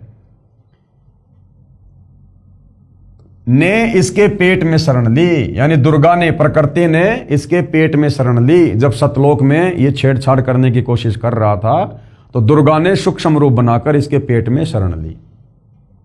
और परमात्मा कह रहे हैं मैं वहां गया जहां ज्योति निरंजन काल था, तब भवानी को ब्रह्म यानी ज्योति निरंजन के पेट से निकालकर 21 ब्रह्मांड समेत 16 संकोश की दूरी पर भेज दिया। ज्योति निरंजन यानी धर्मराज ने प्रकृति देवी यानी दुर्गा के साथ भोग विलास किया। इन दोनों के सहयोग से यानी पति पत्नी व्यवहार से तीनों गुणों श्री ब्रह्मा जी, श्री विष्णु जी तथा श्री शिव जी की उत्पत्ति हुई। इन्हीं तीनों गुणों रजगुण ब्रह्मा जी, सतगुण विष्णु जी, तमगुण शिव जी की ही पूजा करके सर्व प्राणी काल जाल में फंसे हैं। जब तक वास्तविक मंत्र नहीं मिलेगा, गीता अध्याय 17 श्लोक 23 वाला ओम तत्सत, तब तक पूर्ण मोक्ष कैसे होगा। ओम नाम से तो केवल हम काल के 21 ब्रह्मांड में रहेंगे, क्योंकि ओम मंत्र काल का है, काल तक की साधना है। ओम नाम की साधना करके जाएंगे इसके ब्रह्मलोक में। गीता अध्याय 8 श्लोक 16 में कहता है कि ब्रह्मलोक पर्यंत सर्वलोक पुनरावर्ती में है, यानी ब्रह्मलोक में गया हुआ भगत भी वापस जन्म मरण में आएगा। तो जो वास्तव में जो मुक्ति का मंत्र है वो है ओम तत्सत, जो संकेत में गीता में लिखा है। तत्वदर्शी संत ही उसको खोल कर बताएगा। कहने का मतलब है वर्तमान में धरती पर वह तत्वदर्शी संत सतगुरु रामपाल जी हैं, और उनकी शरण में आकर वो वास्तविक मंत्र लिए बिना आप और हमारा छुटकारा काल के 21 ब्रह्मांड से, जन्म मरण से, लक 84 की पीड़ा से, नरक के कष्ट से, तपतशिला के दुख दर्द से नहीं हो सकता। विशेष अब कबीर जी के वकील जनता की अदालत में जनता को क्या कह रहे हैं। विशेष भगत जन विचार करें कि श्री ब्रह्मा जी, श्री विष्णु जी तथा श्री शिव जी की स्थिति अविनाशी बताई गई है। यानी श्री कृष्ण जी उर्फ विष्णु जी के वकील जनता की अदालत में हमारे हिंदू धर्म गुरु वो श्री ब्रह्मा विष्णु महेश को अविनाशी कह रहे थे कि हमारे धर्मशास्त्रों में लिखा है, गीता में लिखा है कि ये तीनों देवता ब्रह्मा विष्णु महेश ये अजरो अमर है, अविनाशी हैं, इनके कोई माता पिता नहीं है। जबकि कबीर परमेश्वर जी की वाणी सिद्ध कर रही है आगे, जिसका समर्थन हमारे धर्म ग्रंथ भी करेंगे। तो क्या कह रहे हैं कबीर जी के वकील सतगुरु रामपाल जी। भगत जन विचार करें कि श्री ब्रह्मा जी, श्री विष्णु जी तथा श्री शिव जी की स्थिति अविनाशी बताई गई है। सर्व हिंदू समाज अभी तक तीनों परमात्माओं को अजर अमर व जन्म मृत्यु रहित मानते रहे कि ये तो अजर अमर है, कभी मरते नहीं है, इनका कोई जन्म मरण नहीं होता ब्रह्मा विष्णु महेश का। जबकि ये तीनों नाशवान हैं, इन तीनों का नाश होता है, ये जन्मते भी हैं और मरते भी हैं। इनके जो पिता हैं वो काल रूपी ये ब्रह्म है तथा माता दुर्गा यानी प्रकृति, जिसको अष्टंगी भी कहते हैं। जैसा आपने पहले उन प्रमाणों में पढ़ा, क्योंकि पहले इसी पुस्तक में सारे प्रमाण देवी पुराण से दिखा दिए गए हैं कि तीनों देवताओं की माता है दुर्गा और इनका पिता है काल ब्रह्म। श्री देवी पुराण 3 स्कंद पेज नंबर 123 और 24। ये ज्ञान अपने शास्त्रों में भी विद्यमान है, परंतु हिंदू समाज के ये कलयुगी गुरुओं, ऋषियों, संतों को ज्ञान नहीं। जो अध्यापक पाठ्यक्रम यानी सिलेबस से ही अपरिचित है वह अध्यापक ठीक नहीं, विद्वान नहीं है, विद्यार्थियों के भविष्य का शत्रु है। इसी प्रकार जिन धर्मगुरुओं को अभी तक ये नहीं पता कि श्री ब्रह्मा, श्री विष्णु तथा श्री शिव के माता पिता कौन है, तो वे गुरु, ऋषि, संत ज्ञानहीन हैं। उनको हिंदू धर्म के सिलेबस का ज्ञान नहीं है, शास्त्रों का ज्ञान नहीं है, जिस कारण से सर्व भगत समाज को शास्त्र विरुद्ध ज्ञान यानी लोकवेद अर्थात दंत कथा सुनाकर, यानी हमारे धर्म ग्रंथों में भक्ति और भगवान पूजा पाठ के बारे में क्या लिखा है उसके विपरीत जो भक्ति करवाई जाती है उसको लोकवेद और दंत कथा और शास्त्र विरुद्ध कहा जाता है। दंत कथा सुनाकर अज्ञान से परिपूर्ण कर दिया। शास्त्र विधि विरुद्ध भक्ति साधना करवा के, शास्त्र विरुद्ध यानी चारों वेद, गीता, 18 पुराणों के विरुद्ध विपरीत मंत्र दे दिए, विपरीत कहानियां सुना दी और भगत समाज में उल्टी साधना फैला दी। शास्त्र विरुद्ध भक्ति साधना करा के और परमात्मा के वास्तविक लाभ यानी पूर्ण मोक्ष से वंचित रखा। सबका मानव जन्म नष्ट कर दिया। क्योंकि मरने के बाद फिर क्या होगा? जो शास्त्रों के अनुसार भक्ति नहीं करेगा, तो गीता अध्याय 16 श्लोक नंबर 23 में लिखा है कि अर्जुन, जो व्यक्ति शास्त्र विधि को त्याग कर मनमानी पूजा करेगा, भक्ति करेगा, उसको ना सिद्धि होगी, ना उसकी मुक्ति होगी, ना उसका कोई कार्य सफल होगा। और यदि फिर भी शास्त्र विरुद्ध साधना करने के चलते किसी के कार्य सिद्ध हो रहे हैं, तो उस शास्त्र विरुद्ध भक्ति साधना को करने के चलते नहीं हो रहे, वो उसके पूर्व जन्म की भक्ति के कारण उसके कार्य सिद्ध हो रहे हैं। पूर्व जन्म की भक्ति के जो है उन पुण्यों के कारण, क्योंकि उसकी बैटरी अभी चार्ज है। जिस प्रकार आप जी ने बैटरी को चार्ज कर लिया, उसके बाद आप उसका लाइट से कनेक्शन हटा दो, इन्वर्टर से कनेक्शन हटा दो, फिर भी बैटरी अपना काम करेगी जब तक उसकी क्षमता है, उसमें चार्ज है। लेकिन आगे फिर चार्ज खत्म होने के बाद, क्योंकि वो लाइट में नहीं लगी हुई है, जिस कारण से सारी सुविधा बंद होगी। तो वर्तमान में किसी भी धर्म गुरु के पास में वास्तविक जो साधना है उसका वो कनेक्शन नहीं है। उल्टी साधना बता रहे हैं कि हम आपको जो नाम दे रहे हैं उससे मोक्ष होगा, मुक्ति होगी, यही नाम है। और बेचारे भोले भाले श्रद्धालु, उनको क्या पता कि हमारे गुरुजन क्या बता रहे हैं।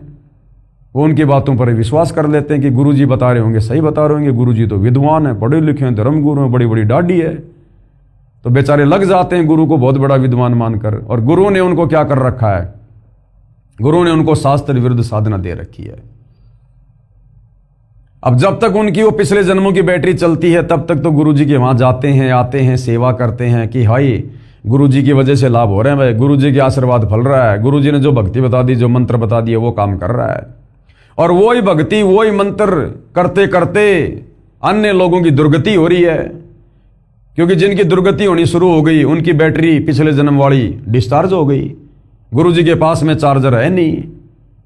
तो इस बात को बेचारा श्रद्धालु जल्दी से समझ नहीं पाता है। इस बात को समझाने के लिए स्वयं कबीर भगवान धरती पर तत्वदर्शी संत के रूप में आता है।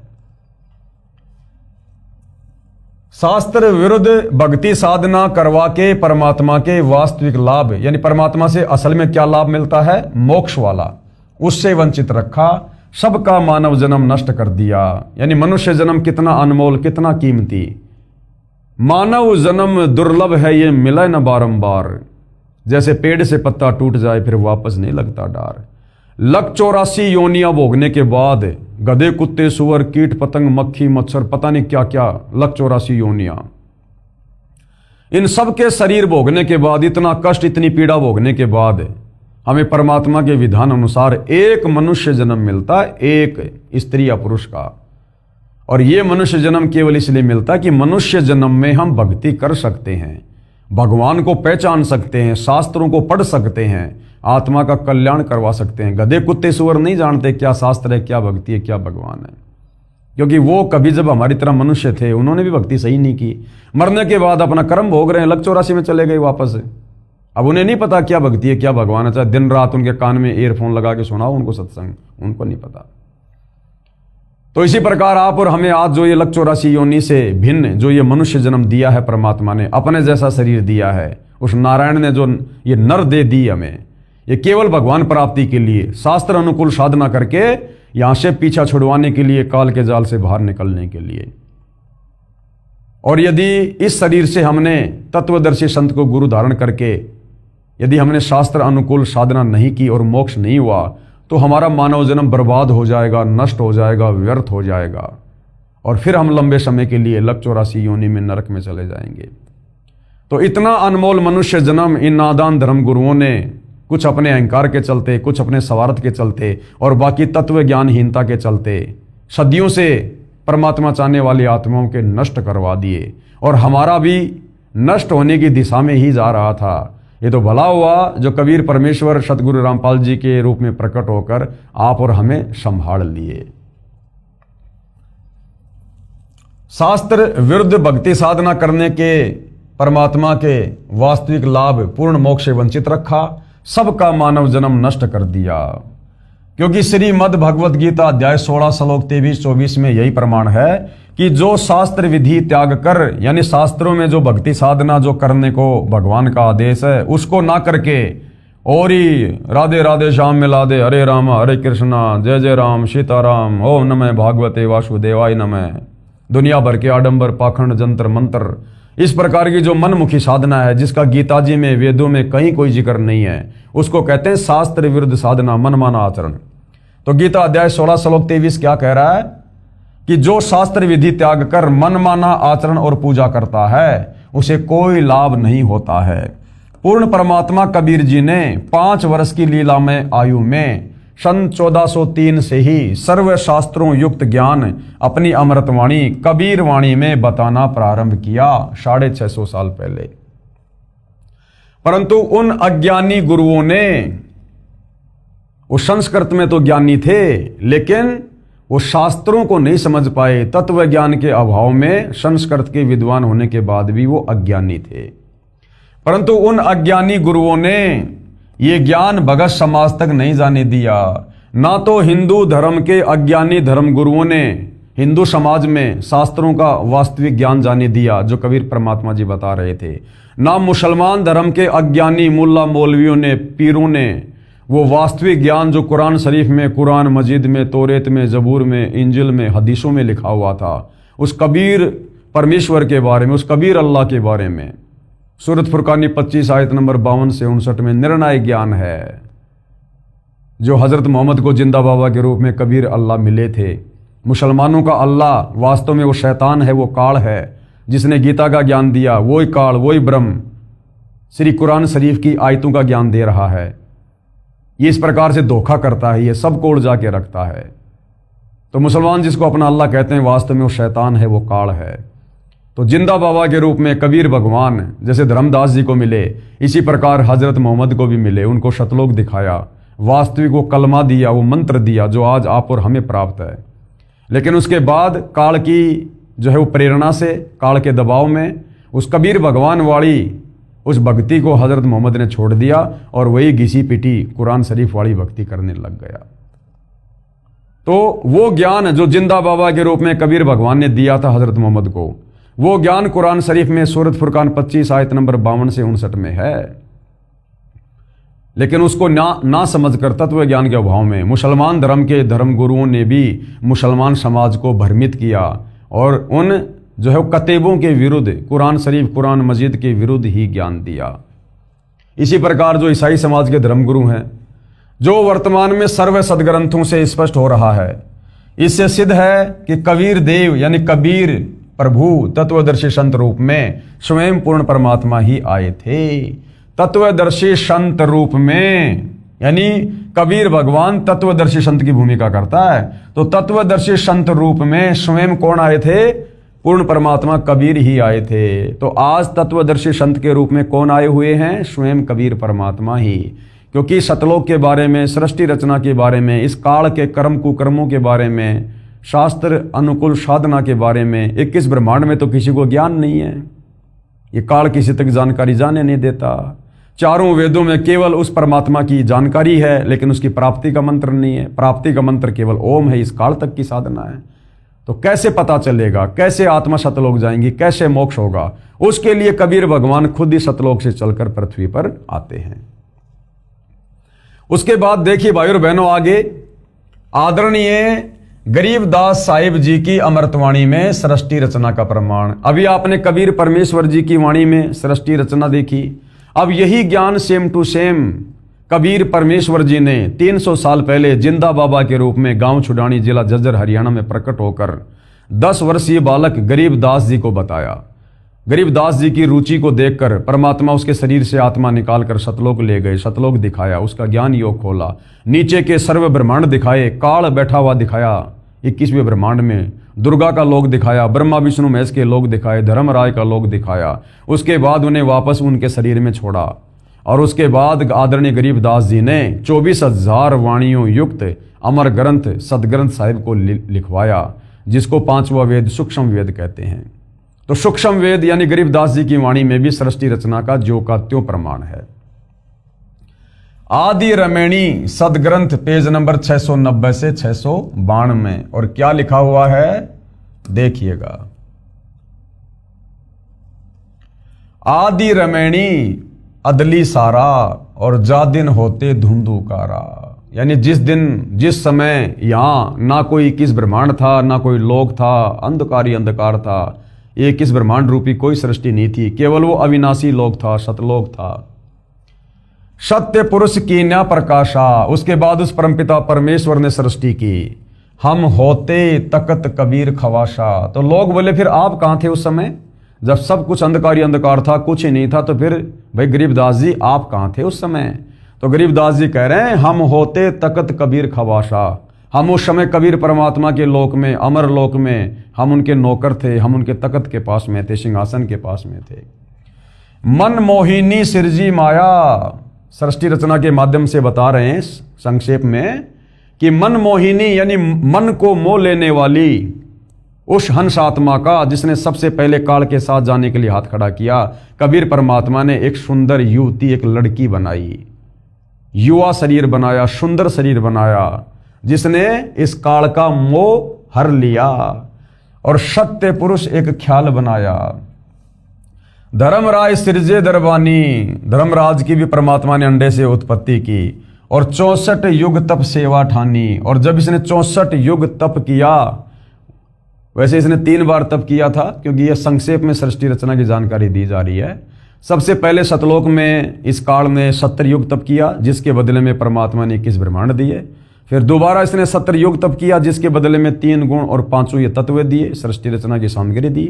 चौथी बार इसने 64 युग तप किया, जिसके बदले में फिर हम सभी आत्माएं इसके लोक में आ गई।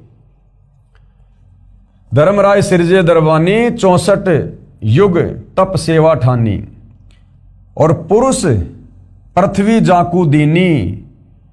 पुरुष यानी कबीर भगवान ने, और ये पृथ्वी यानी ये टुकड़ा 21 ब्रह्मांड का इस काल को दिया। और राज करो देवा आदीनी, और कबीर भगवान ने कहा कि भैया सत का राज करना, इन आत्माओं को दुखी मत करना। तो काल बोला पिताजी सत का राज करूंगा, जो जैसा कर्म करेगा वैसा ही फल दूंगा। सत का राज धर्म राय करही और अपना किया सब दंड भरही। ब्रह्मांड 21 राज तुम दीन्या। कबीर परमात्मा बोले कि मैंने तेरे को 21 ब्रह्मांड का राज्य दे दिया। मन की इच्छा सब जुग लीन्या, जो तूने इच्छा जाहिर की तेरे को सब कुछ दे दिया है मैंने तेरे तप के बदले में। माया मूल रूप एक छाजा, परमात्मा ने वो माया बनाई, आदि माया दुर्गा, और मोही लिए जिन्हू धर्मराजा, जिसने काल को मोह लिया रजोगुण के प्रभाव से, काल उस पर आकर्षित हो गया, मोहित हो गया। धर्म का मन चंचल चित धारा, दुर्गा के युवा शरीर को, सुंदर शरीर को देखकर धर्म यानी काल का मन चंचल हो गया, यानी काल आपे से बाहर हो गया विषय वासनाओं के अंतर्गत आकर। और मन माया का रूप विचारा, और दुर्गा के ऊपर आसक्त होकर उसके साथ में बदतमीजी यानी बलात् करने का प्रयास किया। चंचल चेरी चपल चिरागा, या के पर से सर बस जा गया, यानी सारा काम बिगाड़ लिया उसके पीछे लग के। धर्मराय किया मन का भागी, विषय वासना संग से जागी, मन के वशीभूत हो गया, कामदेव के वशीभूत हो गया और विषय वासना जागृत हो गई। अब शंका होगी मन में कि भाई सतलोक में तो ये तीनों गुण है ही नहीं, वहां तो विषय वासना है ही नहीं, तो धर्मराज के अंदर कैसे आ गई विषय वासना?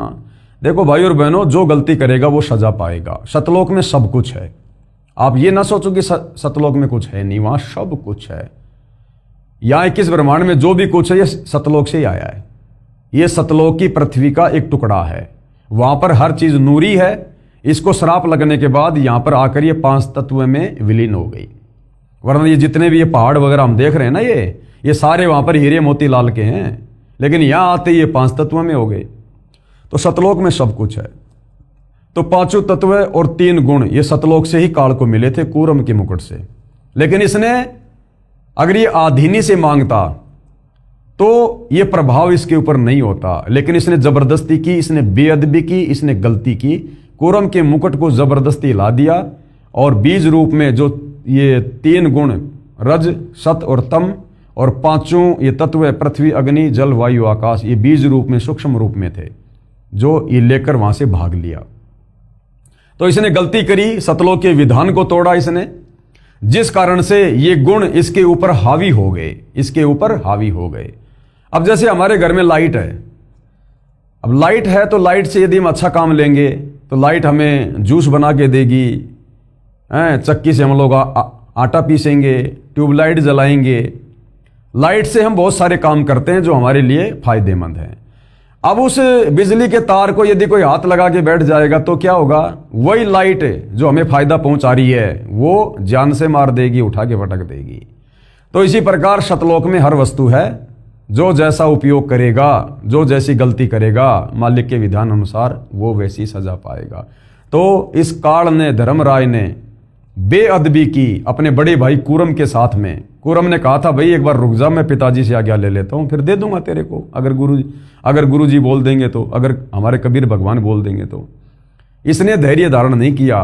कूरम जब ध्यान लगाने लगा तो इसने मुकुट पकड़ के हिला दिया और लेके भाग लिया सामग्री, जिस कारण से ये गुण इसके ऊपर हावी हो गए। अन्यथा सतलोक में रजोगुण का, शतोगुण का, तमोगुण का किसी के ऊपर कोई प्रभाव नहीं है। इसका एक उदाहरण दिया परमात्मा ने बहुत बढ़िया, कैसे नहीं है। जैसे हमारे घर में कोई 3 साल का बच्चा है, 4 साल या 5 साल तक का बच्चा है, तो 5 साल तक के बच्चे में रजोगुण बिल्कुल भी नहीं होता, रत्ती भर भी, चाकर भी नहीं हो सकता। वो बच्चा अपनी माँ के साथ में नंगा नहाता है, उसकी माँ भी उसके साथ में बाथरूम में नहाती है। 3, 4, 5 साल तक की बेटी को बाप बाथरूम में नंगी करके जो है वो नहलाता है, लेकिन उस बेटी के मन में रजोगुण की जो है छटांग भी नहीं होती है, ना उस बेटे में होती। ऐसे ही सतलोक में हम इन तीनों गुणों के जो प्रभाव हैं इनसे दूर रहते हैं। वहां शौपन में भी ये तीनों गुण हमारे ऊपर हावी नहीं है। धर्मराय किया मन का भागी और विषय वासना संग से जागी। आदि पुरुष अदली अनरागी। आदि पुरुष सबसे पहले वाला परमात्मा कबीर भगवान, और अदली यानी वो न्यायकारी परमात्मा है, न्यायकारी, सबके साथ बिल्कुल न्याय करता है। अनुरागी, सबके अंदर प्यार प्रेम रखने वाला, लेकिन वो प्यार प्रेम मोह ममता वाला नहीं है, कर्मानुसार सजा भी वो भगवान ही देता है। फिर धर्मराय दिया दिल से त्यागी। उस कबीर भगवान ने, न्यायकारी उस परमात्मा ने धर्मराया ने काल को दिल से त्याग दिया कि इस सतलोक में, ऐसे सच्चे लोक में, और तूने विषय वासनाओं से प्रेरित होकर ये गंदा कर्म करने की सोची भी कैसे? ऐसे गंदा कर्म करने की सोचने वाले के लिए सतलोक में कोई जगह नहीं है।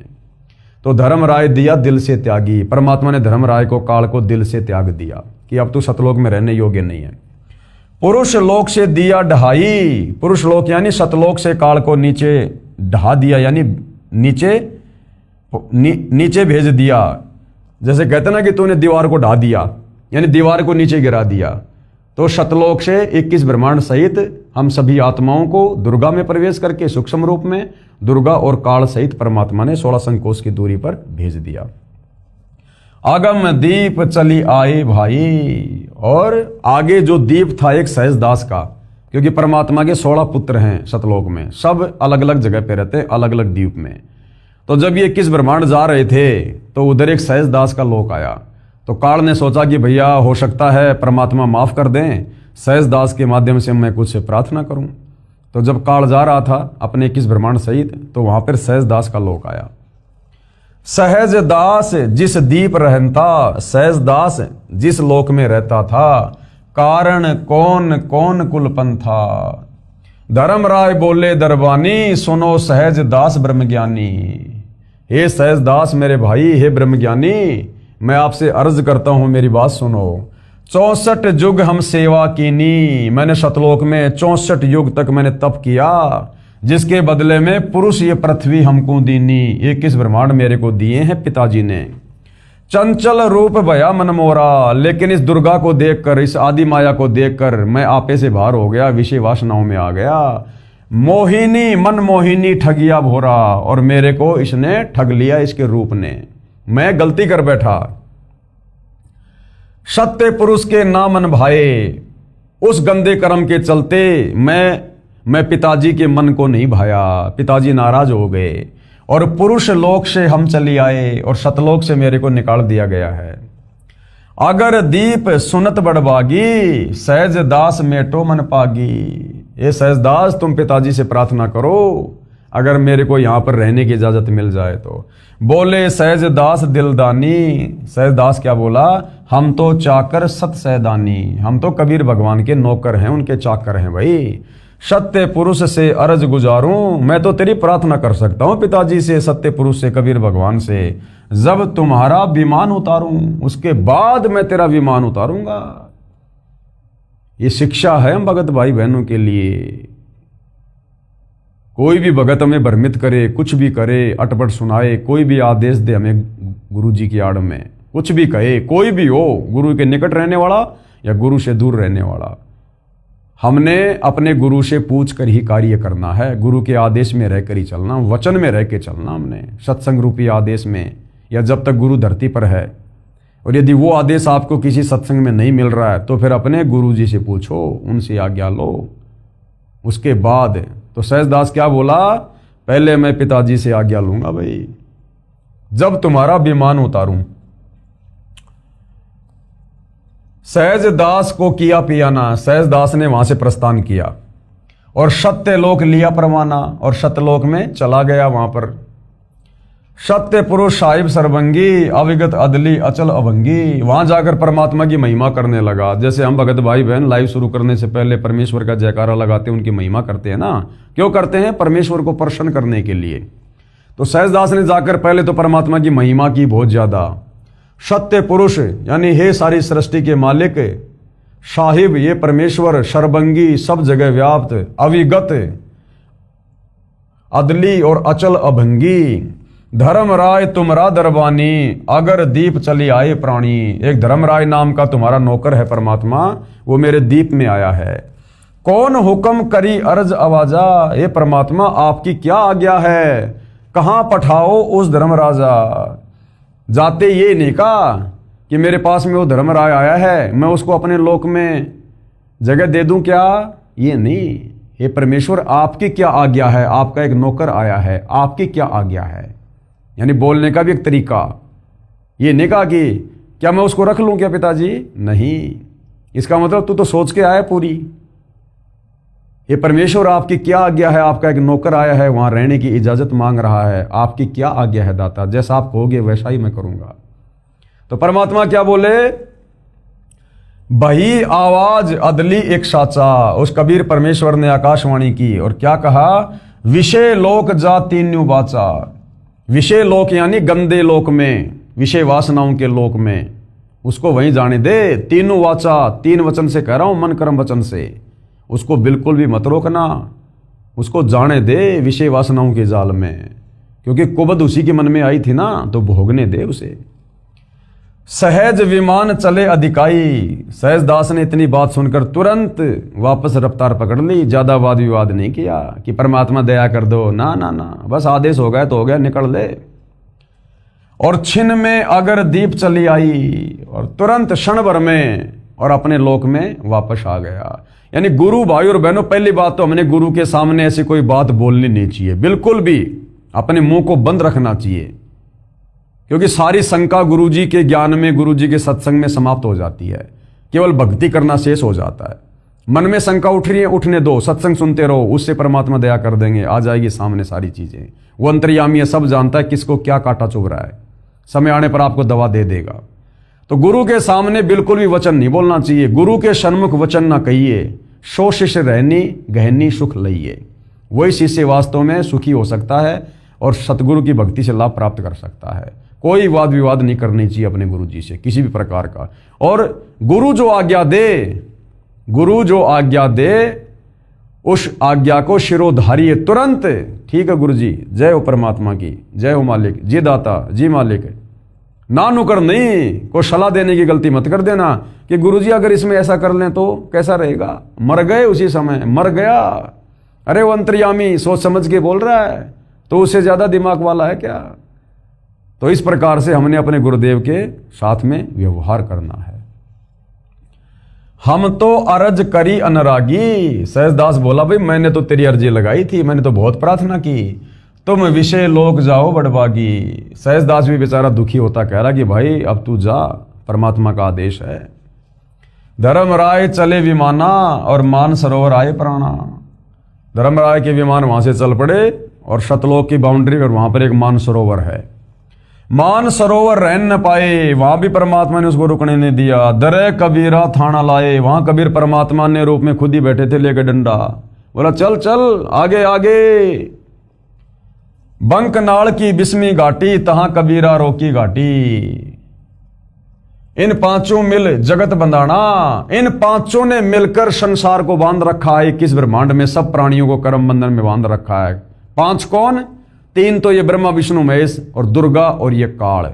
इन पांचों मिल जगत बंधाना, इन पांचों ने मिलकर संसार में परमेश्वर की आत्माओं को कर्म जाल में बांध रखा है। उल्टी साधना में 184 जीव सताना, और 184 में डाल के फिर उनको तरह तरह की यातनाएं दी जाती हैं, क्योंकि शास्त्र अनुकूल साधना है नहीं।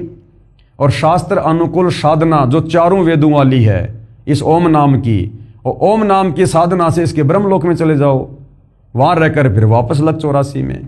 तो रहना जन्म और मरण में, ये यहाँ का अटल नियम है, जन्म और मरण। जिसका जन्म उसकी मृत्यु काल के लोक में निश्चित है। फिर संस्कारवश 184 योनियां भोगनी पड़ेंगी और नरक भी भोगना पड़ेगा। ब्रह्मा विष्णु महेश्वर माया, ब्रह्मा विष्णु महेश और इनकी माता माया यानी दुर्गा, और धर्मराय यानी काल, धर्मराय का राज पठाया। इन चारों ने धर्मराज के इस ढमढमे को ये चला रहे हैं चारों। कौन? ब्रह्मा विष्णु महेश, माया यानी दुर्गा, यानी ये चारों माँ बेटे धर्मराज का राज पठाया, धर्मराज का शासन चला रहे हैं। यहाँ पर उसके भोजन की व्यवस्था कर रहे हैं। रजोगुण के प्रभाव से ब्रह्मा जी जीवों की उत्पत्ति करता है, सतोगुण के प्रभाव से विष्णु जी सबको मोह ममता में बांध के रखते हैं, और शंकर जी अंत में किसी न किसी तरीके से उनको टपका के अपने पिता काल ब्रह्म के मुंह में भेज देता है तपस्या पर। ये खोकापुर झूठी बाजी, इस काल के किस ब्रह्मांड को खोकापुर कहा है? खोकापुर यानी थोता। यहां कोई आनंद नहीं, कोई सुख नहीं है। झूठा लोभ दे रखा है, यहां पर झूठा सुख दे रखा हमारे को। यहां पर इसको थोतापुर, खोकापुर कहा है परमात्मा ने। ये खोकापुर झूठी बाजी, और भिस्त बैकुंठ दगासी साजी। भिस्त यानी स्वर्ग, बैकुंठ भी कहते हैं हमारे साथ में धोखा कर रखा है। ये धोखा नरक और स्वर्ग, भिस्त बैकुंठ दगासी साजी। कृत्रिम जीव बुलाने भाई, निज घर की तो खबर न पाई। अब यहां पर हमारे को क्या बना दिया इन्होंने? ये कृत्रिम जीव यानी बनावटी जीव बना दिए।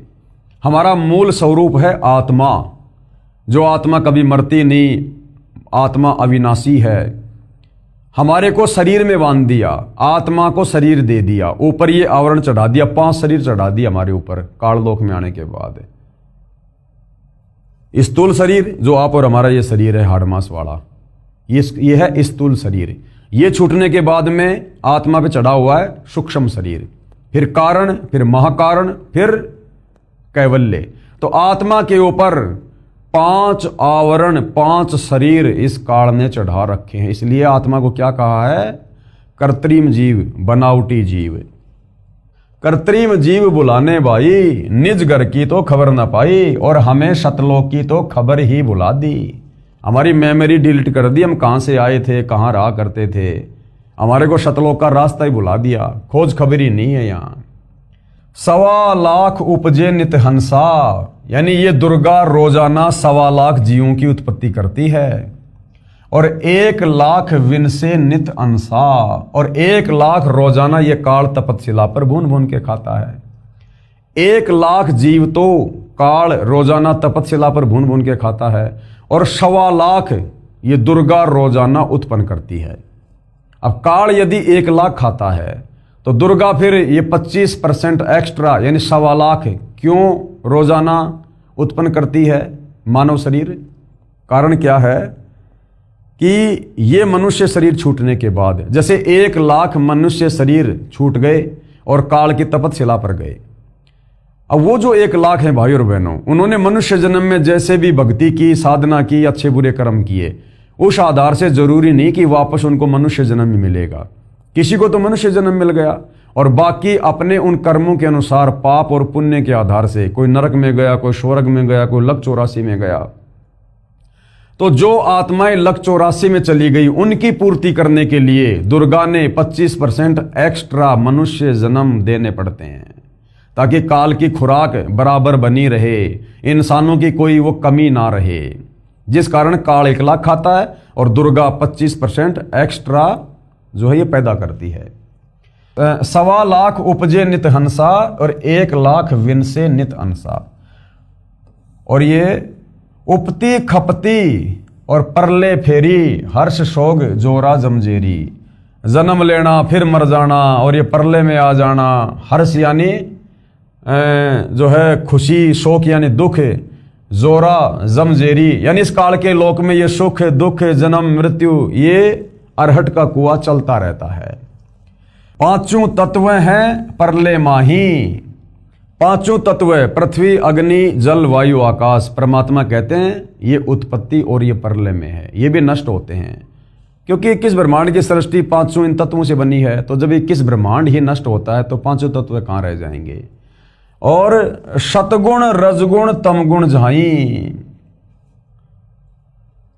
8 अंग मिली है माया और पिंड ब्रह्मांड शकल भरमाया। सब जीवों को इसने भ्रमित कर रखा है काल के आदेश से। या में सुरती शब्द की डोरी, या में सुरती शब्द की डोरी। अगर वो वास्तविक शब्द मिल जाए तो हमारी सुरती हमारा ध्यान सतलोक में लग सकता है, दूसरा कोई उपाय नहीं। और पिंड ब्रह्मांड लगी है खोरी। श्वासा पारस मन गए राखो। श्वासा पारस यानी श्वासों का जो मंत्र है जो कबीर परमात्मा तत्वदर्शी संत रूप में आके देते हैं वो पारस पूंजी के समान है। जैसे पारस एक पत्थर होता है, यदि उसको लोहे से टच कर दिया जाए तो लोहा भी सोना बन जाता है, चाहे कितना टन हो, चाहे पूरा का पूरा पहाड़ हो। तो इसी प्रकार कबीर परमेश्वर का जो सतनाम है, जो मंत्र है, वो पारस की तरह काम करता है। जिस आत्मा को मिल जाता है और जो मर्यादा में रहकर उसका यूज करता है, यानी गुरु मर्यादा में रहकर सुमरण करता है, तो वो इस प्रकार से भक्ति धन जमा करने लग जाता है मुक्ति के लिए। तो श्वासा पारस मन गए राखो यानी वो श्वास वाला मंत्र वो पारस की तरह है। और खोली कपाट अमीरस चाखो, वो सारे वज्र कपाट खोल देगा, सारे दिमाग के बंद दरवाजे खोल देगा। और अमीरस चाखो यानी भक्ति का वो अमृत, हम उसका रस पान करने लग जाएंगे, यानी हमें फिर आनंद आएगा भक्ति वाला। सुनाऊं हंस शब्द सुन दासा। आदरणीय गरीबदास जी कह रहे हैं सुनाऊं हंस शब्द सुन दासा और अगम दीप अग है बाशा। कि ये ज्ञान सुन तो मेरे से, वास्तविक ज्ञान अगम दीप है अगवाशा। कि तेरा जो ठिकाना है ना वो शतलोक है, वो अगम दीप, तू यहां का रहने वाला नहीं है, किस ब्रह्मांड का। भवसागर जमदंड समाना। इस भवसागर में काल के किस ब्रह्मांड में तो तू केवल यहां पर काल के द्वारा जो है वो दंडित किया जा रहा है। धर्मराय का है तलबाना। 21 ब्रह्मांड में तो काल का धर्मराज का ही जो है ये फुरमान चलता है, आदेश चलता है। पांचों ऊपर पद की नगरी और बाट विहंगम बंकी डगरी। पांचों ऊपर, पांच कौन? ब्रह्मा विष्णु महेश दुर्गा और काल। इनके ऊपर वो पद की नगरी है यानी शतलोक है। और बाट विहंगम बंकी डगरी, और वहां जाने का रास्ता बहुत टेढ़ा मेढ़ा है, बगैर तत्वदर्शी संत की शरण के वहां नहीं जा सकते। हमरा धर्म राय सुदावा भवसागर में जीव भरमावा। कबीर परमात्मा कहते हैं कि मेरा धर्मराज के साथ में एग्रीमेंट है, भवसागर में जीव भरमावा। हम तो कहें अगम की वाणी, हम तो सतलोक की बात बताते हैं, जहां अविगत अदली आप बिनानी, जहां वो सत्य पुरुष कबीर परमात्मा खुद बैठे हुए हैं। बंदी छोड़ हमारा नामम अजर अमर है अस्थिर ठामरम। हमारा नाम बंदी छोड़ है। बंदी छोड़ यानी काल के कर्म बंधनों से छुड़वा कर सतलोक ले जाने वाला। अजर अमर है अस्थिर ठामम, और मैं जहां रहता हूं वो जगह क्या है? अजर अमर है, सतलोक है, कभी विनाश में नहीं आता। अस्थिर यानी वो स्थायी रहता है, कभी विनाश में नहीं आता। ठाम यानी जगह, धाम, स्थान। जुगन जुगन हम कहते आए, यानी ये तत्व ज्ञान जीव आत्माओं को हम युगों युगों से समझा रहे हैं सतलोक जाने वाला। जम जोरा से हंस छुटाए। जम यानी काल, जोरा मानी ये मृत्यु। हमने इससे बहुत सारे भक्तों को छुटाया है। जो कोई माने शब्द हमारा, जो मेरे ज्ञान के ऊपर विश्वास कर लेता है, जो मेरे तत्व ज्ञान को स्वीकार कर लेता है, नाम ले लेता है और मर्यादा में रहकर भक्ति करता है, तो भव सागर नहीं भर में धारा, वो वापस इस काल के लोक में फिर नहीं आता है।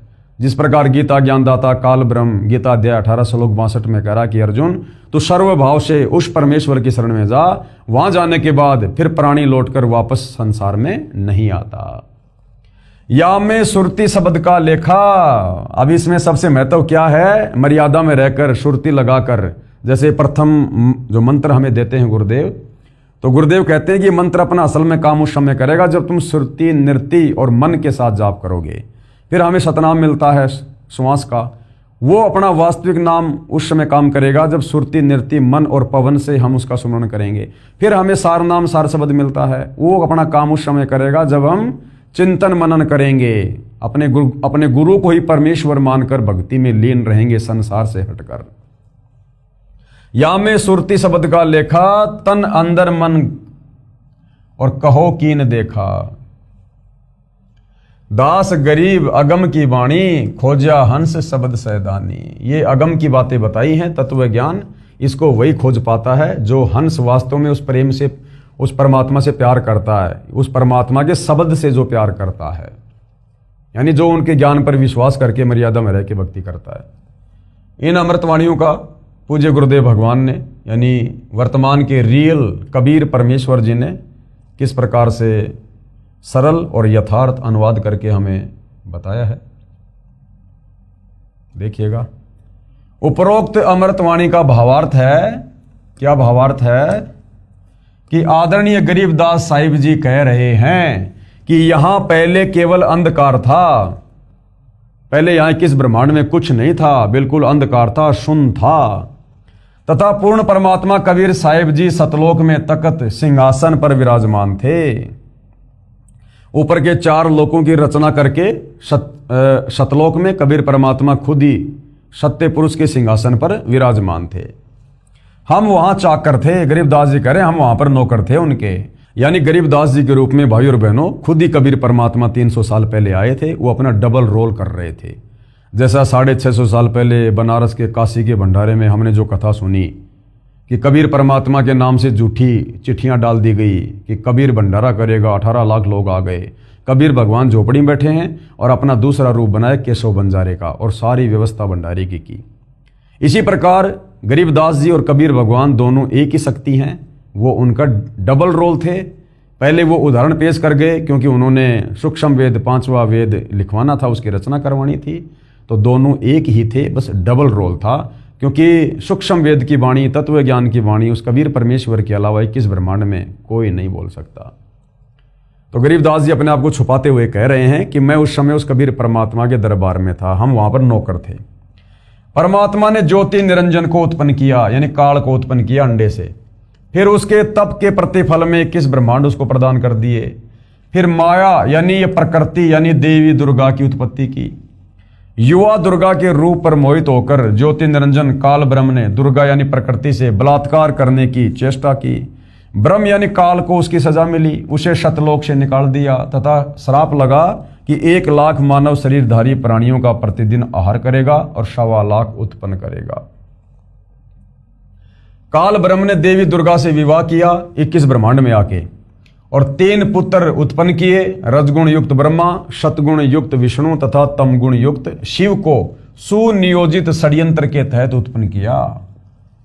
संतान उत्पत्ति भी क्योंकि सुनियोजित षड्यंत्र के तहत, और वो ही वर्ती भाई और बहनों यहां पर सब प्राणियों की है। आप और हम जो संतान उत्पत्ति करते हैं, कहीं न कहीं उसका एक मकसद होता है कि बुढ़ापे में रोजी रोटी का सहारा बनेगा। तो काल ने भी 3 पुत्रों की उत्पत्ति अपनी रोजी रोटी के लिए की थी। ब्रह्मा जी को रजोगुण से युक्त कर दिया, विष्णु जी को शतोगुण से, शंकर जी को तमोगुण से, अपने भोजन के लिए। काल ब्रह्म ने अपने आहार के लिए अपने 3 पुत्रों से उत्पत्ति, स्थिति तथा संहार कार्य करवाता है। इस षड्यंत्र की पोल परम अक्षर ब्रह्म यानी सत्य पुरुष जी ने पृथ्वी पर आकर खोली। कबीर भगवान ने चारों युगों में आके, सतयुग, त्रेता, द्वापर और कलयुग में आकर इस षड्यंत्र की पोल खोली, और आज सतगुरु रामपाल जी के नाम से आकर इस षड्यंत्र की महापोल खोल रहे हैं। सब जीव अज्ञानता के कारण इन्हीं ब्रह्मा, विष्णु, शिव तथा देवी व अन्य देवताओं को पूर्ण परमात्मा मानकर भक्ति करते हैं, क्योंकि किसी को सत्य पुरुष की जानकारी है ही नहीं।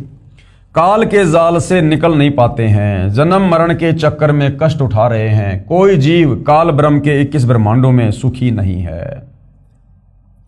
ब्रह्मा, विष्णु तथा महेश भी यहां कष्ट पर कष्ट उठाते हैं। सुनते हैं भाई और बहनों हम इन कथाओं में, इन पुराणों में कभी तो ये राक्षस देवताओं पे चढ़ाई कर देते हैं, फिर इन देवताओं का राक्षसों के साथ में युद्ध होता है। कभी भस्मासुर के साथ में देवी लड़ रही है, कभी ब्रह्मा, कभी विष्णु, कभी महेश हैं। वो भस्मासुर था, उसने शंकर जी से भस्म कंडा ले लिया, फिर उसी को मारने के लिए दौड़ पड़ा। शंकर जी आगे आगे दौड़ रहे हैं जान बचाने के लिए, पीछे पीछे वो भगत भाग रहा है। तो ये भी यहाँ पर सुखी नहीं है भाई और बहनों, ये भी महादुखी हैं। फिर ये नीचे जो अवतार धारण करके आते हैं, जैसे नारद ने विष्णु जी को श्राप दे दिया, जिनको हम भगवान कहते हैं। अरे भगवान पे कोई श्राप लगता है क्या? लेकिन ये भगवान नहीं थे। तो नारद जी ने, जो ब्रह्मा जी का बेटा है, उसने अपने चाचा विष्णु जी को श्राप दे दिया, और उस श्राप को भोगने के लिए विष्णु जी धरती पर रामचंद्र रूप में आए। पूरी जिंदगी यहाँ पर दुखी रहे।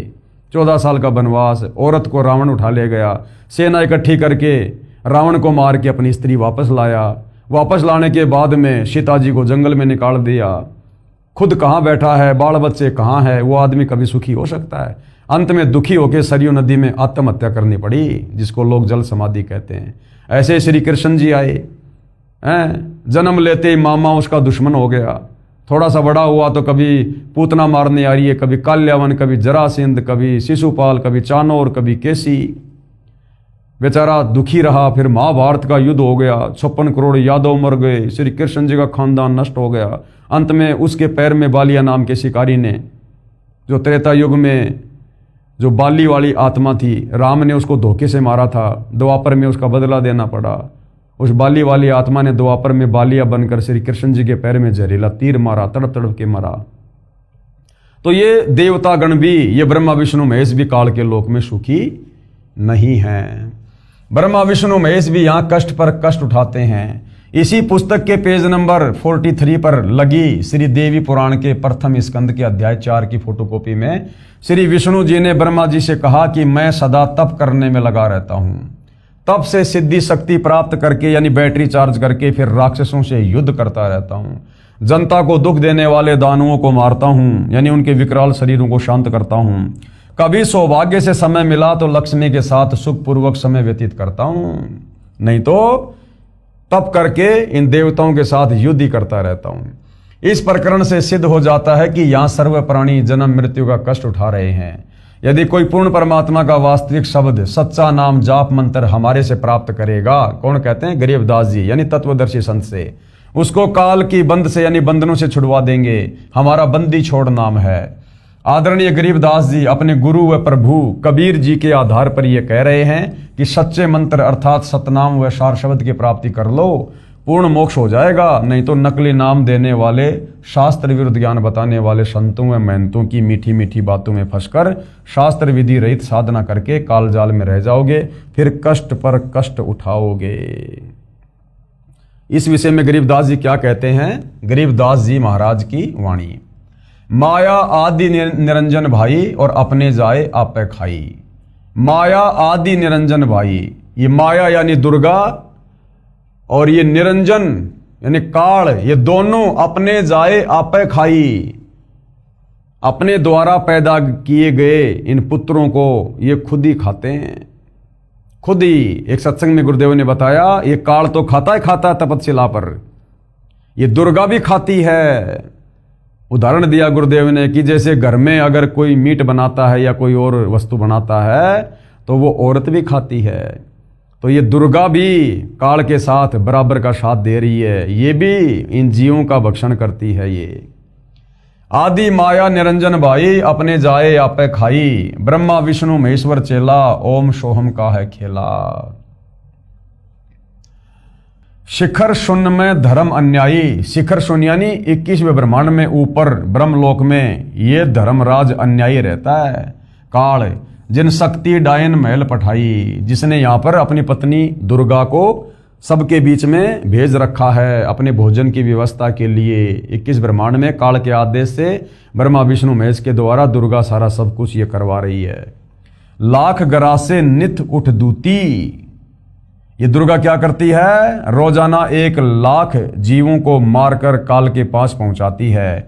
और माया आदि तकत की कुत्ती, इसको कबीर परमेश्वर के दरबार की क्या कहा है? कुत्ती यानी नौकरानी है ये उस कबीर भगवान के दरबार की, जो गलती करके यहां आ गई। सवा लाख घड़िए नित भांडे, रोजाना सवा लाख जीवों की उत्पत्ति करती है भांडे यानी शरीर। और हंसा उत्पत्ति प्रलय डांडे, ये तीनों चेला बटपारी, सिरजे पुरुषा सिरजे नारी। ये तीनों चेला, ये ब्रह्मा विष्णु महेश, ये भी ठग बताए। सिरजे पुरुषा सिरजे नारी, अपने बाप के भोजन के लिए स्त्री और पुरुषों की उत्पत्ति करते हैं। और खोकापुर में जीव बुलाए, शौपना बहिस्त बैकुंठ बनाए। खोकापुर में जीव बुलाए, 21 ब्रह्मांड के प्राणियों को शास्त्र विरुद्ध साधना में लगाकर भ्रमित कर दिया, और फिर कभी नरक में कभी स्वर्ग में उनको भेजते रहते हैं। यो अरहट का कुआ लोई, या गढ़बंध्या है सब कोई। ये 21 ब्रह्मांड अरहट का कुआ है, और इसके बंधन में हर कोई बंधा हुआ है। कीड़ी यानी चींटी, कुंजर यानी हाथी, और अवतारा यानी ब्रह्मा विष्णु महेश भी अवतार रूप में। अरहट डोरी बंधे कई बारा, यानी चींटी से लेकर हाथी और ये ब्रह्मा विष्णु महेश तक भी अवतार रूप में आकर अरहट की डोरी से बंध चुके हैं, जन्म मरण के चक्कर में रहते हैं ये। अरब अलील इंद्र है भाई, अरहट डोरी बंधे सब आई। अरब अलील बार तेरे इंद्र, जो देवताओं का राजा है, ये भी बार बार जन्म और मरण में आ चुका है। शेष यानी शेषनाग, महेश यानी शंकर जी, और गणेश्वर ये गणेश जी और उसके वो गण। ताही अरहट डोरी बंधे सब आही, यानी 21 ब्रह्मांड में कोई नहीं बचा है। जितने भी गण हैं, जितने भी देवता हैं, ब्रह्मा विष्णु महेश हैं, देवताओं का राजा इंद्र है, 33 करोड़ देव हैं, 9 नाथ 84 सिद्ध हैं, जितने भी हैं सब यहाँ पर जन्म और मरण में है, अरहट की डोरी से बंधे हुए हैं। शुक्रादिक और ब्रह्मादिक देवा, शुक्रादिक यानी सुखदेव जैसे ऋषि, और ब्रह्मादिक यानी ब्रह्मा विष्णु महेश। अरहट डोरी बंधे सब खेवा, कोटिक करता फिरता देखा, अरहट डोरी कहूं सुन लेखा। चतुर्भुजी भगवान कहावे, ये ब्रह्मा विष्णु महेश 4 भुजा के भगवान हैं। अरहट डोर बंधे सब आवे, ये भी काल की अरहट की डोरी के जन्म और मरण के चक्कर में हैं। यो है खोकापुर का कुआ, ये 21 ब्रह्मांड क्या है, ये कुआ है, कुआ खोकापुर। और या में पड़ा सो निश्चय मुआ, और इसमें जो कोई सतलोक से गलती करके नीचे गिरेगा वो अवश्य जन्म और मरण में आएगा। या फिर ये पृथ्वी जो लोक है, ये 21 ब्रह्मांड में कुआ है, यहाँ जो आएगा वो जन्म और मरण में रहेगा। तो भाई और बहनों, अब आगे इन सभी वाणियों का पूज्य गुरुदेव भगवान ने सरलार्थ किया है। चूंकि वीडियो ज़्यादा लंबा हो जाएगा, विषय बहुत ही गहरा और गहन है, धीरे धीरे हम इसको समझेंगे, तभी हमारे को ये सदियों से वर्षों से उलझा हुआ आध्यात्मिक ज्ञान धीरे धीरे समझ में आएगा। तो जनता की अदालत में जो मामला चला हुआ है, श्री कृष्ण जी के वकील हिंदू धर्मगुरु और कबीर जी के वकील सतगुरु रामपाल जी, मुद्दा है कबीर बड़ा या कृष्ण। तो सारी बातें शास्त्रों से प्रमाणित करके बताई जा रही हैं, और जनता की अदालत में जनता को सृष्टि रचना से कबीर परमेश्वर जी की वाणी और आदरणीय गरीबदास जी की अमृतवाणी से ये बताया जा रहा है, साबित किया जा रहा है कि वास्तव में सृष्टि रचना क्या है, ये काल क्या है, दुर्गा क्या है, ब्रह्मा विष्णु महेश क्या है, क्यों यहाँ पर सभी जन्म और मरण के चक्कर में हैं, ये काल किसी को दर्शन क्यों नहीं देता, ब्रह्मा विष्णु महेश तीनों गुणों से युक्त करके काल में क्यों यहाँ पर सभी जीवों को कर्म बंधनों में बांध रखा है। ये सारी बातें आप और हमें अब युगों युगों बाद, सदियों बाद परमेश्वर रामपाल जी के कर कमल से लिखित पुस्तकों के माध्यम से, उनके मुख कमल से उच्चारित प्रवचनों के माध्यम से सुनने को मिल रही हैं। तो भाई और बहनों, ये अमृत ज्ञान है, इसका अमृतपान हमने अवश्य करना चाहिए और अपनी आत्मा का कल्याण उनसे उपदेश लेकर अवश्य करवाना चाहिए। ये मौका बार बार नहीं मिलेगा। तो जनता की अदालत में ये मुकदमा कबीर बड़ा या कृष्ण इसी प्रकार से जारी रहेगा जब तक हिंदू समाज के श्रद्धालु अपने सर्व पवित्र धर्म ग्रंथों में आंखों सच्चाई देखकर सत्य से परिचित ना हो जाएं। तो भाई और बहनों, आज की वीडियो में केवल इतना ही। कल फिर परमेश्वर की सेवा में हाजिर होंगे। तब तक पूज्य गुरुदेव भगवान हम सबको आज्ञा दें, आशीर्वाद दें, सद्बुद्धि दें, मार्गदर्शन करें। बंदी छोड़ सतगुरु रामपाल जी परमेश्वर जी की जय हो।